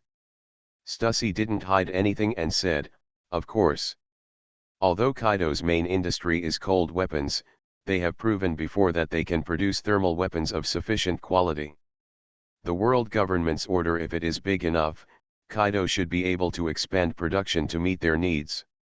Orgrim nodded, not surprised at all. If he were the 5th star, he would definitely do the same thing. For the sake of you, Queen Stussy, I will agree to the arms matter and sell it to the world government at a premium of 20% of the market price. I will say hello to Doflamingo. Go and deal with him. That's it. Orgrim nodded and said. Although he failed to persuade Orgrim to become the king's Shishibukai, Orgrim was relieved about the arms, and Stussy was also very happy. After all, she was originally interested in the king. I am not very hopeful about the invitation from Shishibukai. Thank you very much, Mr. Hammer. Happy Street, will give the 50 billion belly to Mr. Beckman tomorrow. Stussy said happily. Gee ha ha ha ha, am I, Orgrim, the one who missed that 50 billion belly? Orgrim laughed and said. After a slight pause, Orgrim looked at Stussy with a fiery gaze, put his arm around Stussy's shoulders and said, I don't know, Stussy Queen, do you have time to stay and have dinner with me tonight? We have the same goals and I really want to talk to you by candlelight. Stussy wanted to refuse immediately. After all, although Orgrim didn't say it clearly, the meaning was already obvious. Night talk by candlelight? Is it enough to stay up all night and fight? Although I am the queen of Happy Street, I have always kept my integrity, so how can I hand it over casually? But just when Stussy wanted to find a suitable reason to politely reject Orgrim.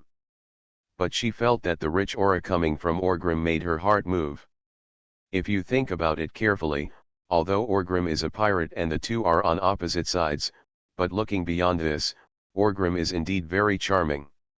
He is also a rare hero. If he were not a hero, how could he have reached this point?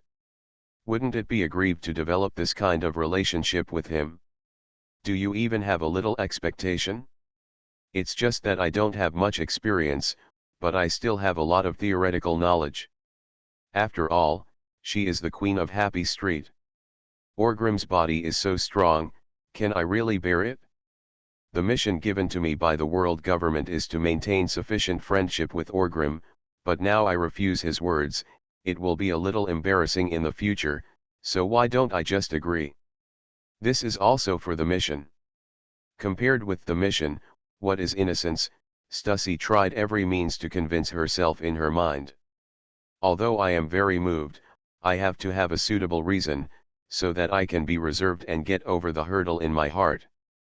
As for whether there will be some emotional problems with Orgrim after this relationship occurs, Stussy never thought about it. How could this be possible?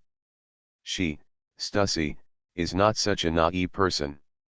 She thinks that if she has a relationship with Orgrim, she can become his own or something. She also didn't think that people like Orgrim would have more worries because of this kind of thing. If she and Orgrim were such weak guys, how could they possibly reach the position of the Queen of Happy Street and the Great Pirate? After thinking this through, Stussy glanced at Orgrim with a smile and said, "For so long, I thought I was not in your eyes, Lord Hammer. Gee ha ha ha ha, good wine should always be tasted last." Orgrim laughed. He understood that Stussy had already agreed. As for these things, yes, Orgrim had no intention of establishing any relationship with Stussy at all. He has no such intention with anyone now. Interest. To put it simply, he just covets Stussy's body, and has no other meaning. It's just that simple. As a pirate, why should you let these miscellaneous things constrain yourself? If you see something that pleases your eyes, then Orgrim doesn't mind giving it a try. If not, Orgrim certainly won't take the initiative to establish such a relationship. Wouldn't it be nice to be free? As a pirate, you can have sex with whatever you want. Big guys, please give me a monthly ticket. It looks like it's going to be close to 1,000. I'll continue to add more updates when the time comes, and there are also flowers, so throw them all at me. A sledgehammer breaks into pirates. Author, Zippo. Chapter 287. When the fluorescent grass in the courtyard begins to glow, Avalon, which represents the sea of eternal night, enters day. Orgrim opened the door to his residence feeling refreshed and walked out happily. Fighting at night is always so unforgettable. Orgrim never expected that Stussy would be a newbie who had never been on the road before. Is she, the Queen of Happy Street, so cute? I also thought about it, maybe Stussy was prepared and pretending? But when I think about it carefully, this is impossible. Could Stussy have foreseen it when he made an impromptu decision? But it doesn't matter. Even if she really knows things well, let her pretend. Anyway, she doesn't intend to have a relationship with Stussy, so why should she care so much? Even if it is, it seems that there is no need to care. The veteran driver took the newbie on the road and drove wildly all the way, so Stussy, who was a little motion sick, couldn't get up today and is still sleeping soundly. As soon as he went out, he saw Anilu doing his own practice, and Lucci was also learning the 6 postures. Strength. Not far away, Robin was also sitting in the courtyard, reading a book quietly. Early in the morning, these 3 little guys seemed to be working very hard. After seeing Orgrim coming out, Robin's eyes brightened slightly, as if he wanted to open his mouth to say something. But he hesitated and did not speak.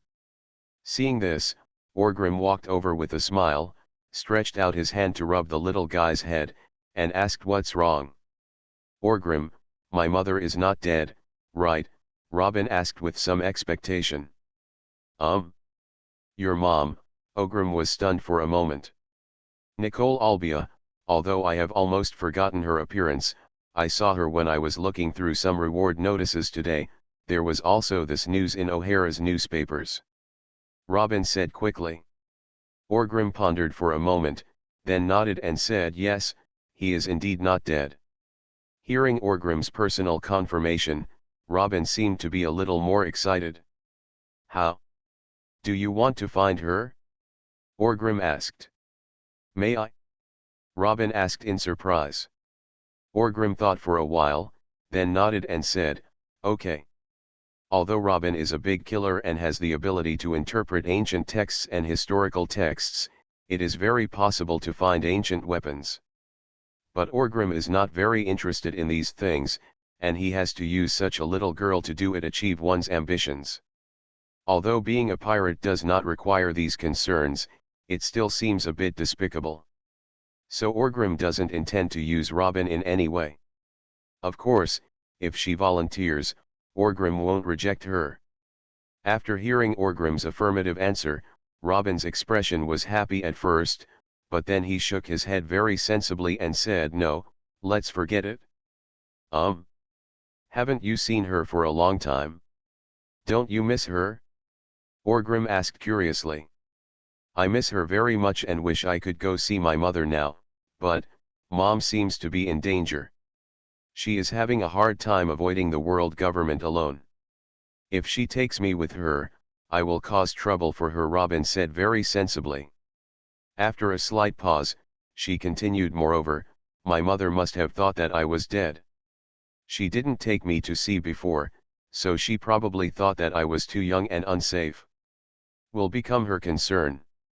Now that I am dead, my mother can devote herself wholeheartedly to what she wants to do. She will inherit O'Hara's thoughts and become a beacon of history. I shouldn't disturb her at this time. Orgrim looked at such a sensible little Robin and felt a little emotional. He didn't speak.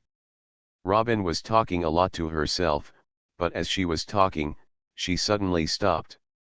Then, his eyes suddenly became moist, his mouth pursed, he suddenly hugged Orgrim's thigh, and started crying pitifully. However, I obviously know these truths, but I just want to see her.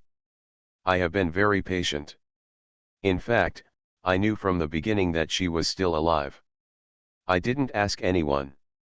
Today, Robin choked and cried. Orgrim reached out and touched Robin's head, sighed slightly and said, none of this is your fault, Robin, no matter what choice you make, it is okay. It may seem a little willful, but little children have the privilege of being willful. After crying for a while, Robin still shook his head and said, when I grow up a little bit, I will go find her again. After chatting with Robin for a while, he finally cried. After coaxing the crying little loli, Orgrim also felt that he should pay attention to the woman Orbia. On the one hand, because this woman is Robin's mother, she has something to do with him. On the other hand, Orgrim really didn't expect that she would not die, so what choice would she make? What will her existence change? This woman, if you say it is important, it is actually important. If you say it is not important, it is not very important. But there is no telling when she will make some inexplicable changes, and even affect the situation of the world. While thinking about these things, Orgrim was also in the courtyard, doing warm-up exercises with Lucci and Enelu. Although Orgrim seems to be very idle, he still does some strength training every day. But at this point, it's more of a grind. If he wants to make rapid progress, he has to find some right directions and have the opportunity. For example, awakening the ability of the devil fruit. But for this thing, you don't just wake up if you want to, it mainly depends on luck. Doflamingo is such a bad guy, didn't he still awaken his abilities? But Straw Hat Luffy, who had beaten him to pieces, did not wake up. Just as Orgrim was thinking about these problems, Enel seemed to have mustered up the courage and walked to Orgrim's side. Lord Orgrim! Enelu called out. Orgrim came back to his senses, looked at Enelu and said, what's wrong? I have been a trainee crew member for so long, can I become a full-time sailor? Enelu asked with some expectation. Ha ha ha ha, why did you think of this? Orgrim asked. Because I feel that I have reached a bottleneck in my practice. If I continue to follow the steps every day like this, I can't seem to break through this dilemma. I think, it's time for me to go to the sea to experience it, right?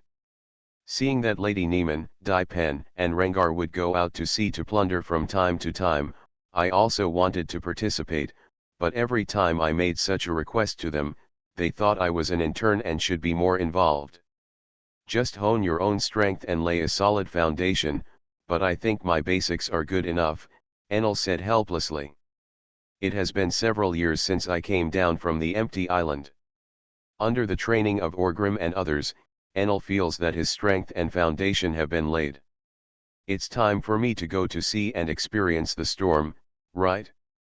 As a result, every time he mentioned this matter, everyone declined him politely, so that even now, it is difficult for Enel to appreciate the joy of being a pirate.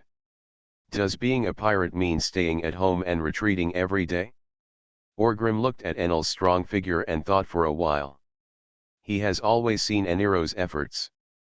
This kid's talent is still very good. His physical fitness is not particularly good, but it is not bad either. He is much stronger than the average person. The key is that those who join are young and do not have to make detours, so after being fully trained, they seem to have a better foundation than those who are more talented but have not received enough training. This kid, in particular, has a unique talent for seeing and hearing haki. Even if he hasn't eaten the thunder fruit now, he still develops the haki well. The armament and color domineering, although a bit worse, have reached the average level. Overall, although it is very good, it still has some shortcomings. But this is much better than most new pirates. As an intern, this is indeed qualified. But more or less, there is still something missing about him, the kind of thing that makes people shine.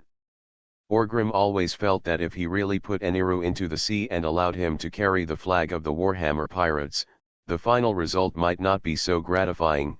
It is very likely that everyone will be lost. Because he lacks a sense of expectation and surprise.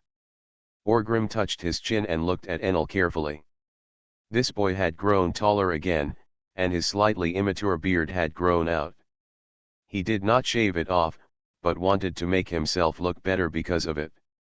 Be more mature? But in the eyes of those who have experienced it, it feels a bit childish. Children always want to grow up quickly, but adults want to go back to the past. This is really ironic. Enel looked at Orgrim with some anxiety and expectation, hoping to get Lord Orgrim's approval. After a long time, Orgrim sighed softly and said, when a child grows up, he will eventually go to the sea. No one can stop a person's ambition to run to the sea, and I am the same. Lord Orgrim, do you agree? Enelu asked with some surprise. Orgrim smiled and then said, before that, I will ask you one last time. Thunderfruit, right? I eat. I have already made up my mind, but in the past few days, Lord Orgrim, you have not asked me again. I am rushing to say this, but something seems wrong. Enelu smiled awkwardly and said. Gee ha ha ha ha ha ha, very good, I just appreciate you as a motivated guy. What is the thunderfruit? Known as the most powerful devil fruit, if I hadn't eaten the shock fruit in Bihai, would it be your turn to dislike this thing? You really don't know how blessed you are.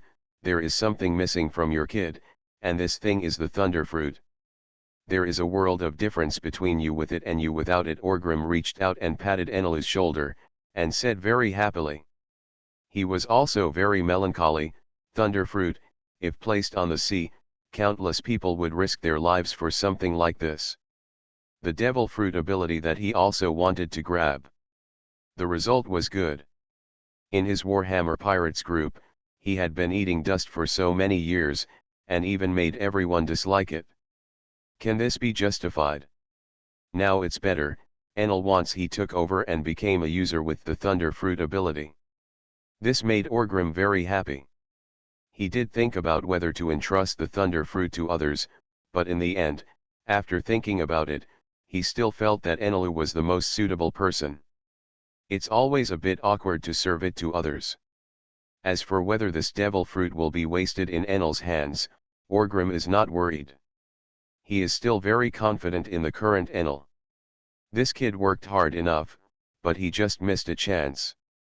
Now he has been well trained, and his horizons have long been developed with the Warhammer pirates, and he will not be blindly arrogant.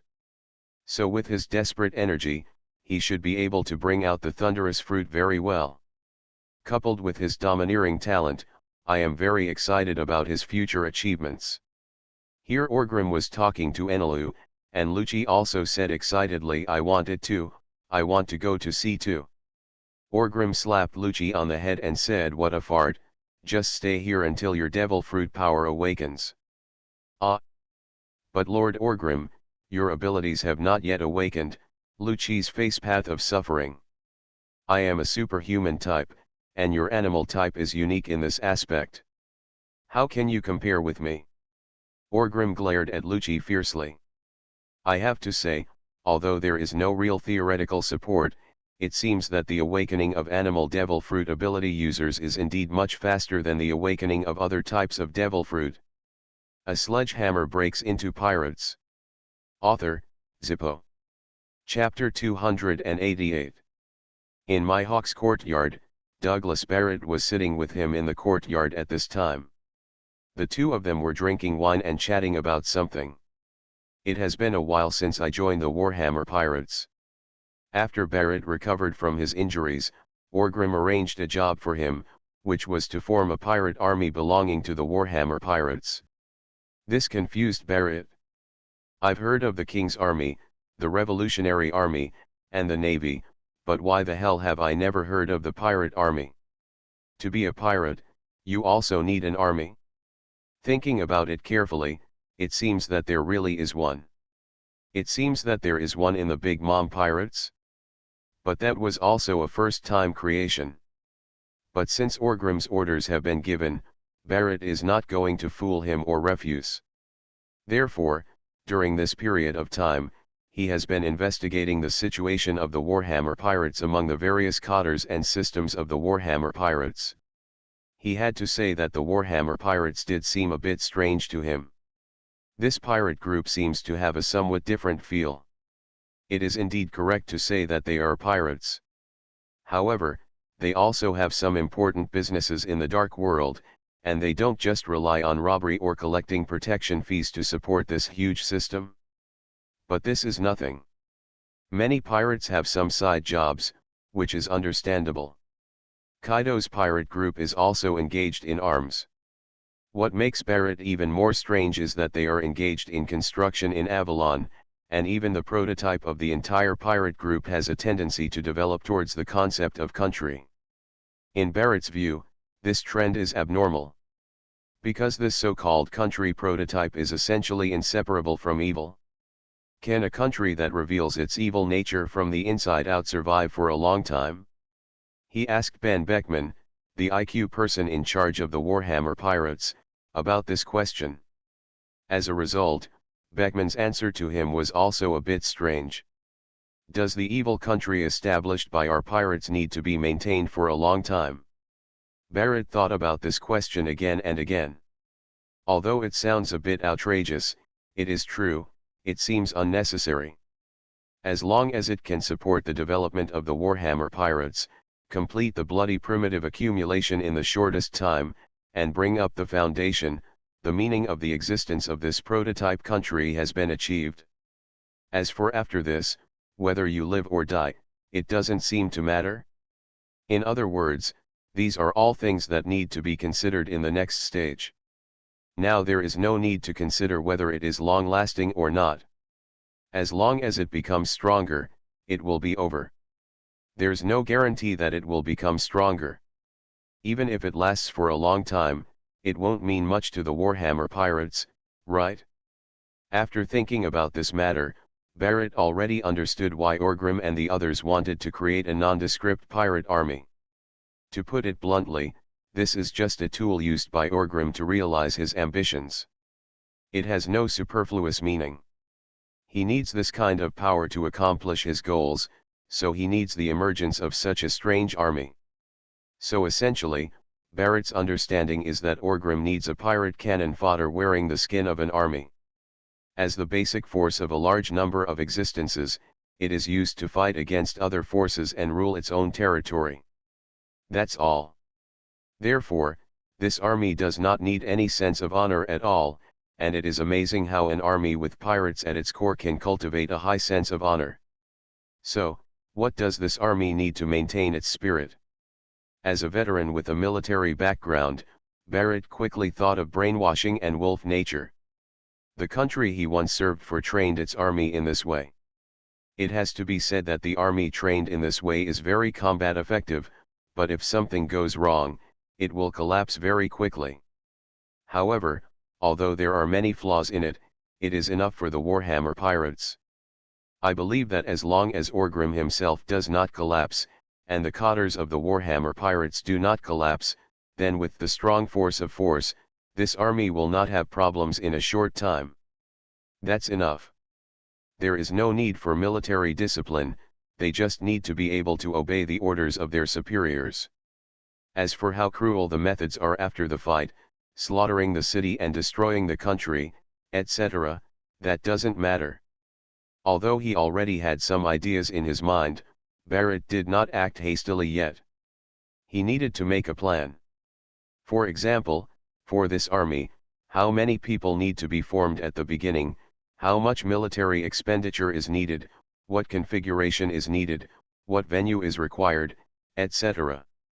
After arranging all these, come up with a mature plan, Beckman will give it to him for approval. On the other hand, Barrett also wanted to become more familiar with the style of the Warhammer pirates. Although he has experience as a pirate, he even spent time on Roger's ship. But the Roger pirates and the Warhammer pirates are completely different concepts. Barrett still needs some time to fully integrate into the Warhammer pirates. During this time, he also came into contact with the other cotters of the Warhammer pirates, but how should I put it? Maybe it was because Barrett was a newcomer, and because he was quite aloof, he didn't get along particularly well with the other cotters. Of course, there were no conflicts. It's that surface-friendly feeling. This may take some time to get used to, which is normal. However, his relationship with Mihawk is quite good. On the one hand, it is because they have traveled together in the West Sea, and they have not known each other since they were on O'Hara Island. On the other hand, he found that Mihawk was also a very aloof person. He had a cold face all day long and seemed to be indifferent to everyone he met. Even if it is Orgrim, the captain, also had a lukewarm feeling. Logically speaking, this kind of guy must be ostracized, especially since the Warhammer Pirates system is so large, the probability of this should increase. However, everyone seems to have a good sense of Mihawk. This made Barrett a little strange, so he was going to learn from Mihawk and wanted to ask this aloof senior how he got to this point. How to get along well with other cotters, Mihawk looked at Barrett strangely. He felt that this kind of question should not be asked by a proud person like Barrett. Isn't it in line with his character? Barrett took a sip of wine, nodded and said yes. In fact, according to my personality, I am too lazy to care about these relationships, and I don't bother to have a good relationship with these people. But now, the task assigned to me by that guy Orgrim requires me to follow these cotters communicate. Mihawk nodded slightly, but still asked a little strangely, why did you come to ask me this question? Do I have a good relationship with them? Yes, I think it looks good. Barrett nodded and said again. Mihawk was silent for a while holding the wine glass, wondering if you had misunderstood something. I have been with the Warhammer Pirates for so long, and those people have never arranged any work for me, let alone my subordinates. I don't even have a younger brother. I occasionally wonder, am I being squeezed out? When I was in Impelton, those bastards could even forget me in such a dangerous place, pat my butt and leave. If there wasn't another small boat, I, Mihawk, would have fallen into a trap. Recently, I discovered that when they held important meetings, they had no intention of informing me, and they all treated me as a transparent person. That's what happened. At this time, all I can do is to avoid embarrassment, carry a hoe to plow the fields, and stay away from this area, so as not to be unable to answer when people below ask why I didn't go to the meeting. That's it. You're telling me that I had a great time getting along with them in the Warhammer Pirates? Just when my hawk wanted to say something, to explain. But I feel that, apart from these, it seems that he is really doing well in the Warhammer Pirates. I had never thought about these issues originally, but now that Barrett asked, my hawk even doubted himself. What kind of state am I in? A fringe member of the Warhammer Pirates? The more he thought about this problem, the more upset my hawk became. I feel that being in Avalon is no longer interesting. Let's go to sea and play with that guy Shanks. Let's see if he has made any progress recently and take it out on him. Alas, let's not talk anymore, I'm going to see. My hawk suddenly drank down the drink and said in a lonely tone. Barrett, who was about to listen to my hawk's wise words, was immediately confused. Going to sea? Is it so casual? Me, what is the answer you are looking for? My hawk stood up, patted Barrett's thick shoulder and said, if you really want to ask me, then my answer is to be yourself. At least that's how I am. Even if I join the Warhammer Pirates, I haven't changed anything. Everything is natural. Be yourself, Barrett murmured. But he felt that he couldn't understand the meaning of it. But seeing my hawk's look of not wanting to say more, Barrett didn't ask any more questions. But seeing how casual my hawk was, Barrett murmured. As he was about to go to sea, Barrett asked a little strangely, don't you need to tell Orgrim? Why tell him?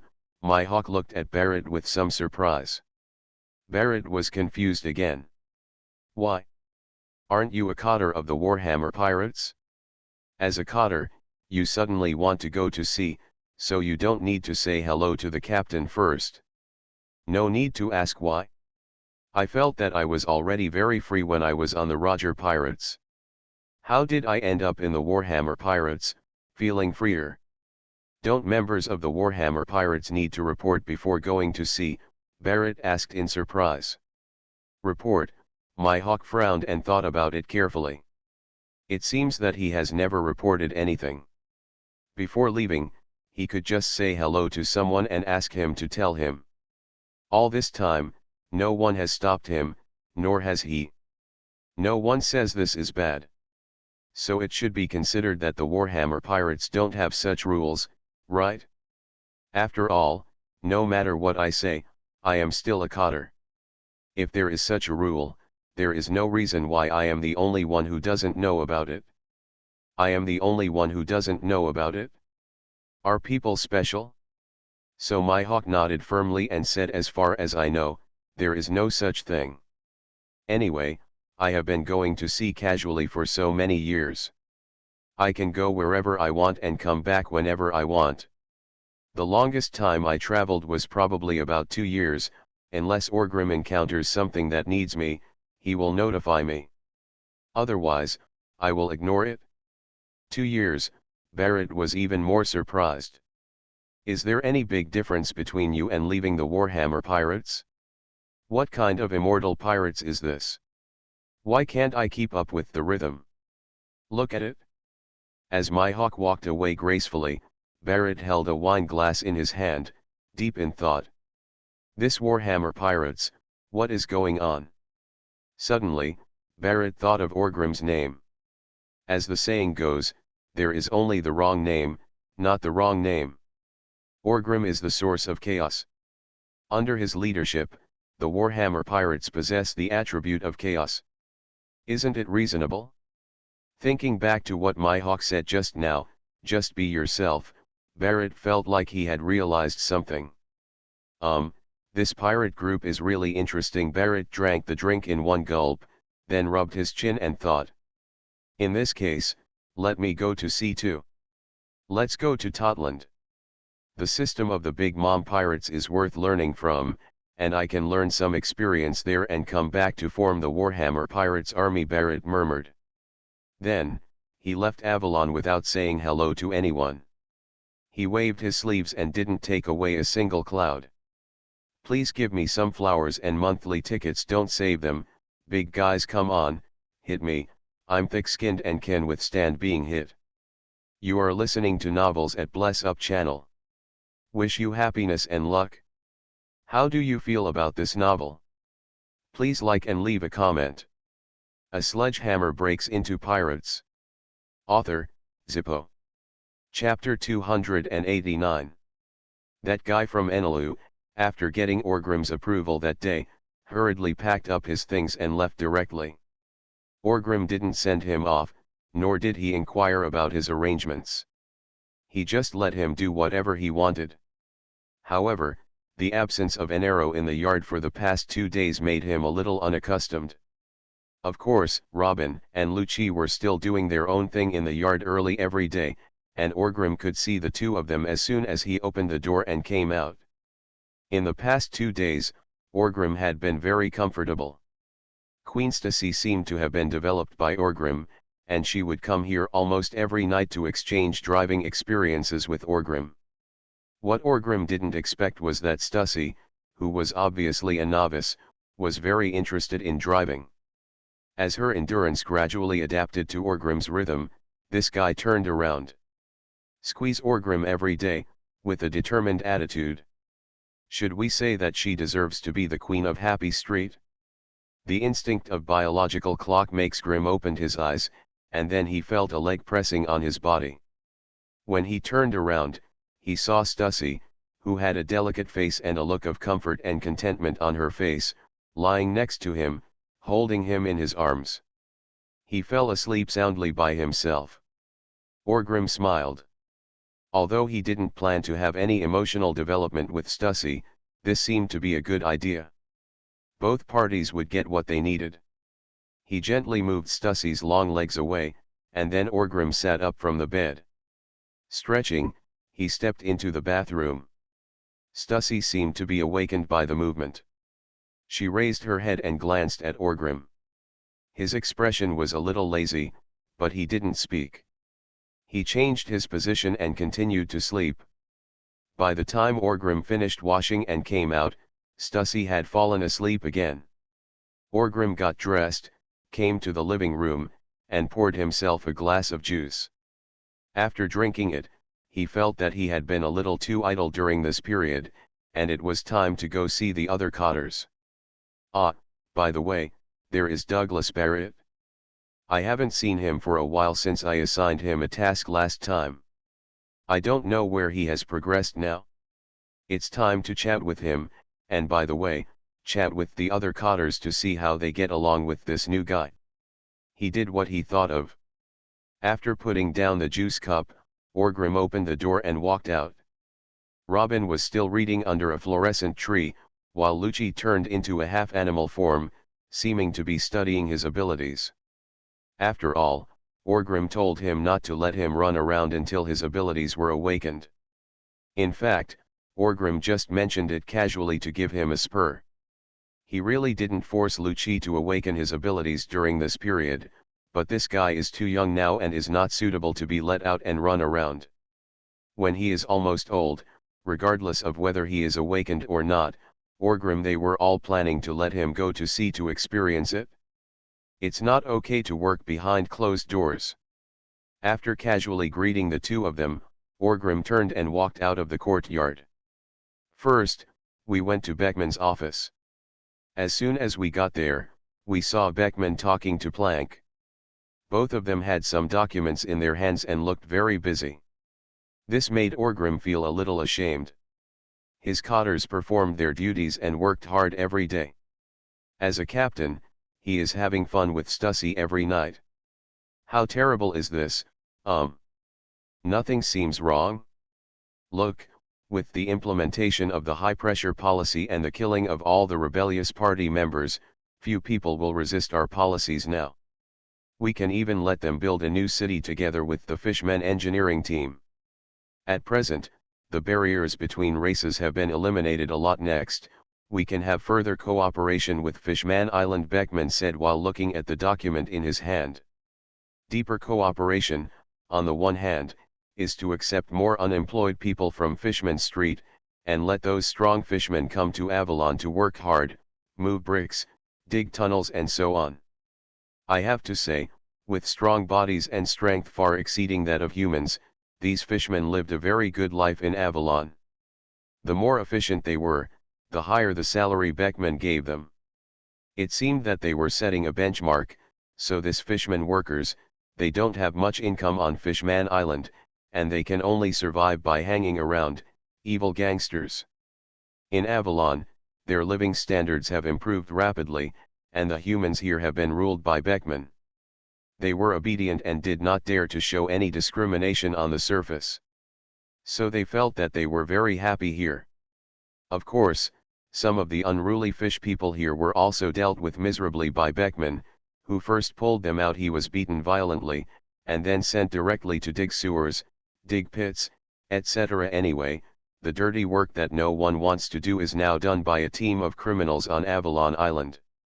This criminal, it's not that there are people who commit crimes, after all, there are almost no people on this island who don't commit crimes, but people who have violated the rules of the Warhammer Pirates.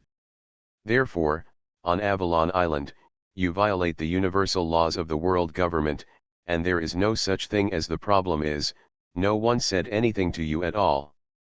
Even if you kill people in the street, it is commonplace. But you must listen to the Warhammer Pirates.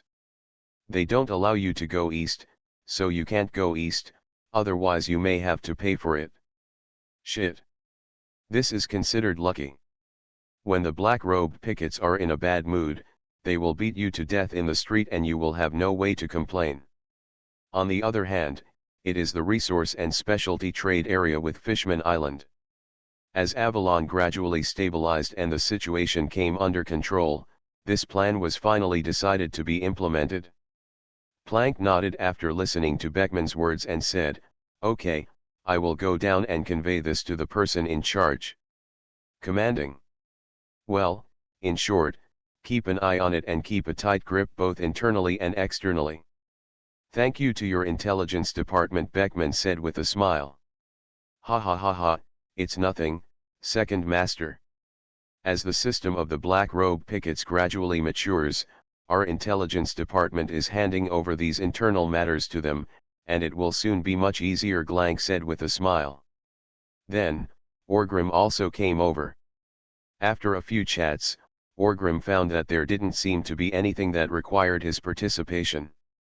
Beckman actually took out a lot of I wanted Orgrim to point out the documents, but Orgrim's own family knew about his family affairs, how could he give any advice? And it seemed that these documents were reasonable, so Orgrim just fooled around, even if it was in the past. Got it? By the way, I came here to ask, where is that guy Barrett? How do you get along with him? Orgrim asked. Beckman was stunned for a moment and looked at Plank. Plank shook his head and said that he had not paid attention to Barrett's whereabouts. Beckman casually said, "We don't know either." "Where is he?" "A few days ago, he came to me and asked about the formation of the army. We have already discussed some things. I guess he is busy with those things. As for how we get along, I can't say that it's good, but there's nothing contradictory. The main thing is that I'm still a bit rusty, which will take time to get used to. Anyway, I don't think there's any problem. After all, the general environment of our Warhammer Pirates is still good. Although each of the cotters has some differences. Small conflicts, but deep feelings. This is a small conflict, just like the Sphinx and Katerina Dupont. These two guys don't like each other and often fight. But when they conquered the hell of Imperial, they also cooperated very well. The kind that can block knives. Nowadays, Katerina Dupont and Sphinx are in charge of two reorganized fleets under the Warhammer Pirates. They go to sea to maintain the presence of the Warhammer Pirates, and are responsible for plundering and protecting those merchants who paid protection fees in the Eternal Night Sea. And by the way, killed some young pirates who provoked the Warhammer pirates. Here, they seem to have formed a healthy competition. Peng killed 3 pirates today, the Sphinx will surpass her tomorrow. Neither of them will let the other go. Overall, this is a good thing for the Warhammer pirates. Orgrim nodded and looked at Gangplank again. Gangplank said the same thing, but there was no conflict, but he was still unfamiliar and might need time. Orgrim thought the same thing, and after chatting for a while, he stopped disturbing the two of them. He survived and left here quickly. After walking out of the hall, Orgrim did not stay at the Warhammer Pirates station, but walked towards the town of Avalon. Neiman was in charge. There are tens of thousands of workers working under him in the construction of the new city. Rengar is responsible for the construction of the Black Robe pickets. That guy Hank is in charge of the old crew members of the Warhammer Pirates. These people are gradually promoted to small cotters, dispersed in various positions, and became grassroots managers under the other cotters. In short, the Warhammer Pirates are gradually improving in all aspects, supplementing the original immature system to mature, and gradually bringing the basic structure to expanded from a pirate group of several thousand people towards a deformed and distorted national prototype. Orgrim did not go to Neiman first, but planned to go to the Black Robe picket team first, a department he had not come into contact with until now. Opposite the Happy Street in Avalon City, a brand new building that looks like a naval base stands here. It looks like it was built not long ago. The entire building seemed to be in dark tones, with the walls painted black. Therefore, under the night sky of Avalon, if they didn't turn on the lights or look carefully, they wouldn't be able to find that there was another building here. In front of the gate, there are 6 people wearing black robes. Their faces are shrouded in the robes. They look very mysterious. Each of them is carrying a big hammer behind him. There are 2 hammers. It seemed to be stained with blood, which surprised Orgrim. But then I thought about it, the top person in charge of the Black Robe pickets was Orgrim's little fanboy Rengar, and Orgrim could understand. These 6 people stood in 2 rows on both sides of the gate. It was obvious that this was a downtown area, but those people who were coming and going seemed to dare not speak loudly when passing by, let alone approach it. They all avoided it. Drive some and go. Even Orgrim felt that this should affect the business of Happy Street. But Stussy didn't say anything, and he wouldn't mind his own business. From this moment, Orgrim could tell that the black-robed pickets had a great reputation, at least in Avalon. They probably had made a name for themselves and no one dared to offend them. Walking over, the 6 black-robed pickets stood up straight after seeing Orgrim, and did not speak to Orgrim, looking heavily guarded. Orgrim nodded and walked into the gate. First there is a spacious courtyard, which is a bit like a small square, and directly opposite is the office building of the black-robed picket team. Many people wearing black robes come and go here. On the left, there is a small building that looks very ordinary, with the plaque Black Prison hanging on it, which is very inconspicuous. And Orgrim used his sense of sight to feel it, and found that this building was built downwards like Impelton, and a space was dug underground in Avalon. There is no doubt that this is the prison of Avalon. Most of the prisoners captured by the black-robed picket team have to go here. Just when Orgrim was curious, the door to the black prison opened, and then he saw 2 black-robed members dragging a man covered in blood out of it. The man's feet were grabbed and dragged to the ground. The blood on his body left a trace on the ground. Only then did Orgrim realize that the ground around the black prison was covered with dark red dried blood. You can imagine how cruel it is here. Forgive me, I don't dare anymore, the man muttered in confusion. Soon, 2 more black-robed members came over, as if they were handing over. This guy has been recruited. According to the system, if the crime does not lead to death, he can be taken down and treated at will. Don't let him die. Tomorrow he will be sent to the dock to dig sewers, a man in black robe said. Clear, another black robe responded. Orgrim watched the scene with interest, smiled, and then stepped into the building. A sledgehammer breaks into pirates. Author, Zippo. Chapter 290. When you walk into this building, it's still dark, and there's even some dark red on the walls. It makes people feel very depressed as soon as they enter. Orgrim even thought that if anyone stayed here for a long time, he might gradually become a pervert. There were many black-robed members coming and going. After seeing Orgrim, they would bow their heads very respectfully, but no one came up to talk to them. After Orgrim passed by, they would quickly enter. In the original job, when I arrived on the second floor, I happened to see a strong one-eyed man talking about something while walking with a member of the black robe. This one-eyed man is not wearing a black robe. It is obvious that he is a manager. Orgrim recognized him.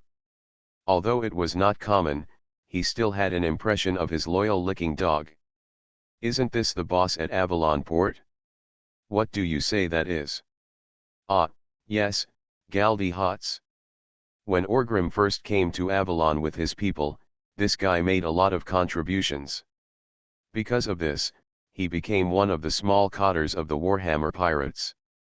Originally, he had no development prospects, and he represented the order of the Warhammer pirates in guarding the port.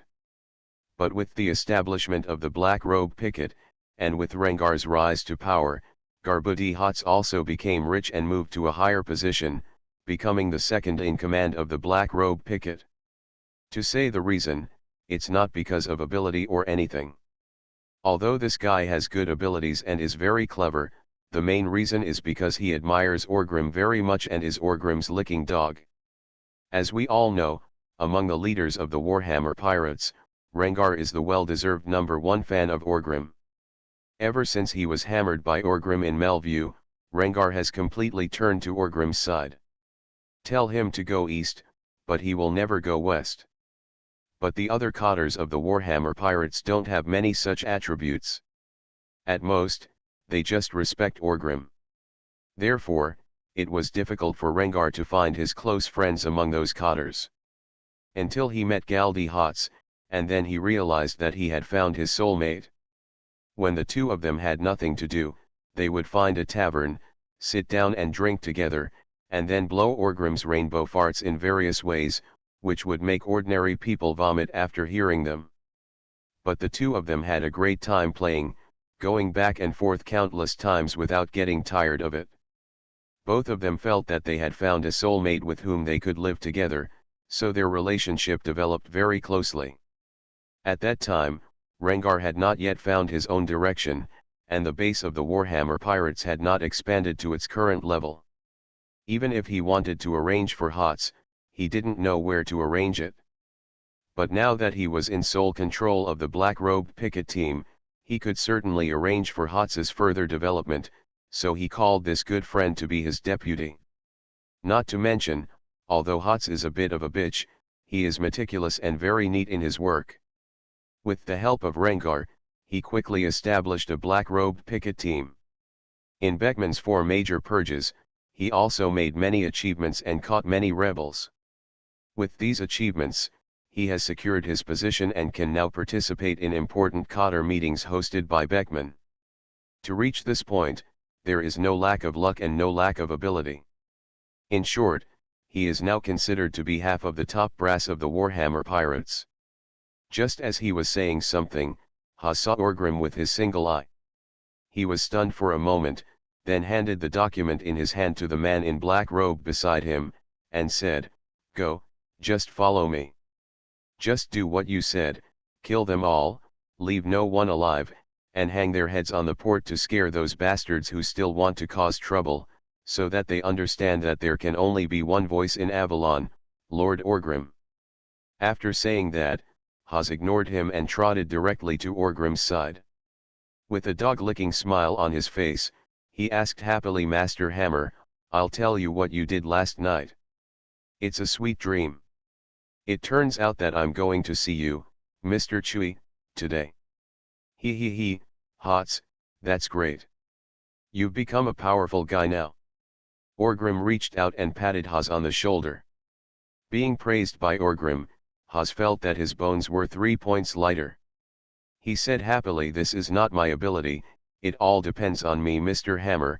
You and Boss Rengar have helped each other. Anyone in my position can do a good job. There's no need to be so modest. Come, take me to see Rengar. Let's talk while we walk and talk about the work of the black-robed pickets," Orgrim said with a smile. The two of them walked towards the third floor while chatting. "Our black-robed pickets have no other job than to search for all factors that are unfavorable to the Warhammer pirates in the entire Avalon area, including the 4 surrounding islands, and try to deal with them as much as possible to prevent these small fires from happening," burned into a fire, and at the same time, gradually took control of internal intelligence and arrested the 2 or 5 boys around him. "However, because of your favor, Mr. Chui, covering all directions, although we have caught many bastards, so far, there have been no bastards around us. Traitors, at the same time, we are also responsible for security work. In short, this power is still very great." Hots introduced the powers of the black robe pickets to Orgrim. Not only that, he also talked a lot. Orgrim listened very carefully, and finally he understood it. Something. This black-robed picket team is a combination of the Führer's SS and the Ming Dynasty's Imperial Guards in the previous life. It's even more brutal than the two combined. No wonder it is built across from Happy Street, and there is no lack of surveillance on them. Means. Their highest rule is set by Rengar, that is, everything is centered on Orgrim, and all factors that are not conducive to Orgrim are monitored. The secondary ones are based on Beckman's orders, constantly adjusting their action plans. For example, during the Great Purge, they played the role of executioners of massacres, but now with the fall of the Great Purge, they are transforming into secret police, maintaining public order and so on. Again, it is the arrangement of the other cotters of the Warhammer pirates to assist them in some tasks. It has to be said that this organization is completely a bloody and violent organization. If it were controlled by an ordinary country, it would not be. He knew how much trouble he was going to cause. But in Avalon, a place of chaos, the operation was very stable, as if it was in line with the atmosphere here. After listening, Orgrim asked, "What about you? Do you think there's anything bad about it?" "Bad place," Hots murmured, and then said, "That means too much power, right? I think there must be a new agency that can supervise us, otherwise our power will gradually expand. Maybe it doesn't matter now, but there may be problems in the future." As soon as he finished speaking, Orgrim's eyes lit up.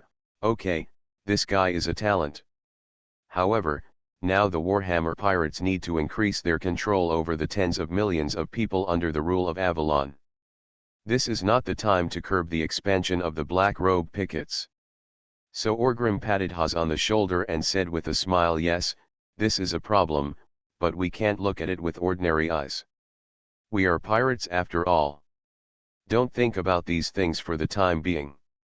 When will the whole Avalon has been twisted into a rope by us, and we will consider these issues later, but before that, you must gradually come up with this plan, and continue to adjust it as time changes. When I need it, I will have it. Mature ideas can solve this problem immediately, do you understand?" "Got it, Mr. Hammer," Hot said immediately. "Rengar's office is on the 5th floor. There are only 2 offices here. One is vacant and placed in the innermost one, and Rengar is in the outer one. That's what Boss Rengar left specially for you, Mr. Hammer. He said that whenever you come to inspect the work, you will have a place to stay. He will be guarding it outside so that he can be closer to you," Hot said with a smile. Orgrim shook his head helplessly. "Rengar is very ill." After knocking on the door, Hots took Orgrim and walked in. Then he looked at Rengar. Gar stood up immediately and looked at Orgrim happily. "Boss Orgrim," Rengar called out first. "Ha ha ha, let's take a look at your work here. It's very good. I'm very satisfied. Keep up the hard work, Rengar." Orgrim laughed. The three of them sat down and chatted some more. Orgrim also learned more about the functions of the black robe pickets. Then, the topic gradually shifted to some daily life matters. After chatting for a while, Orgrim asked about Barrett. "By the way, Douglas Barrett, how is it, have you contacted him? Do they get along?" Orgrim asked while holding the teacup. Rengar nodded and said, "I have been in contact with him.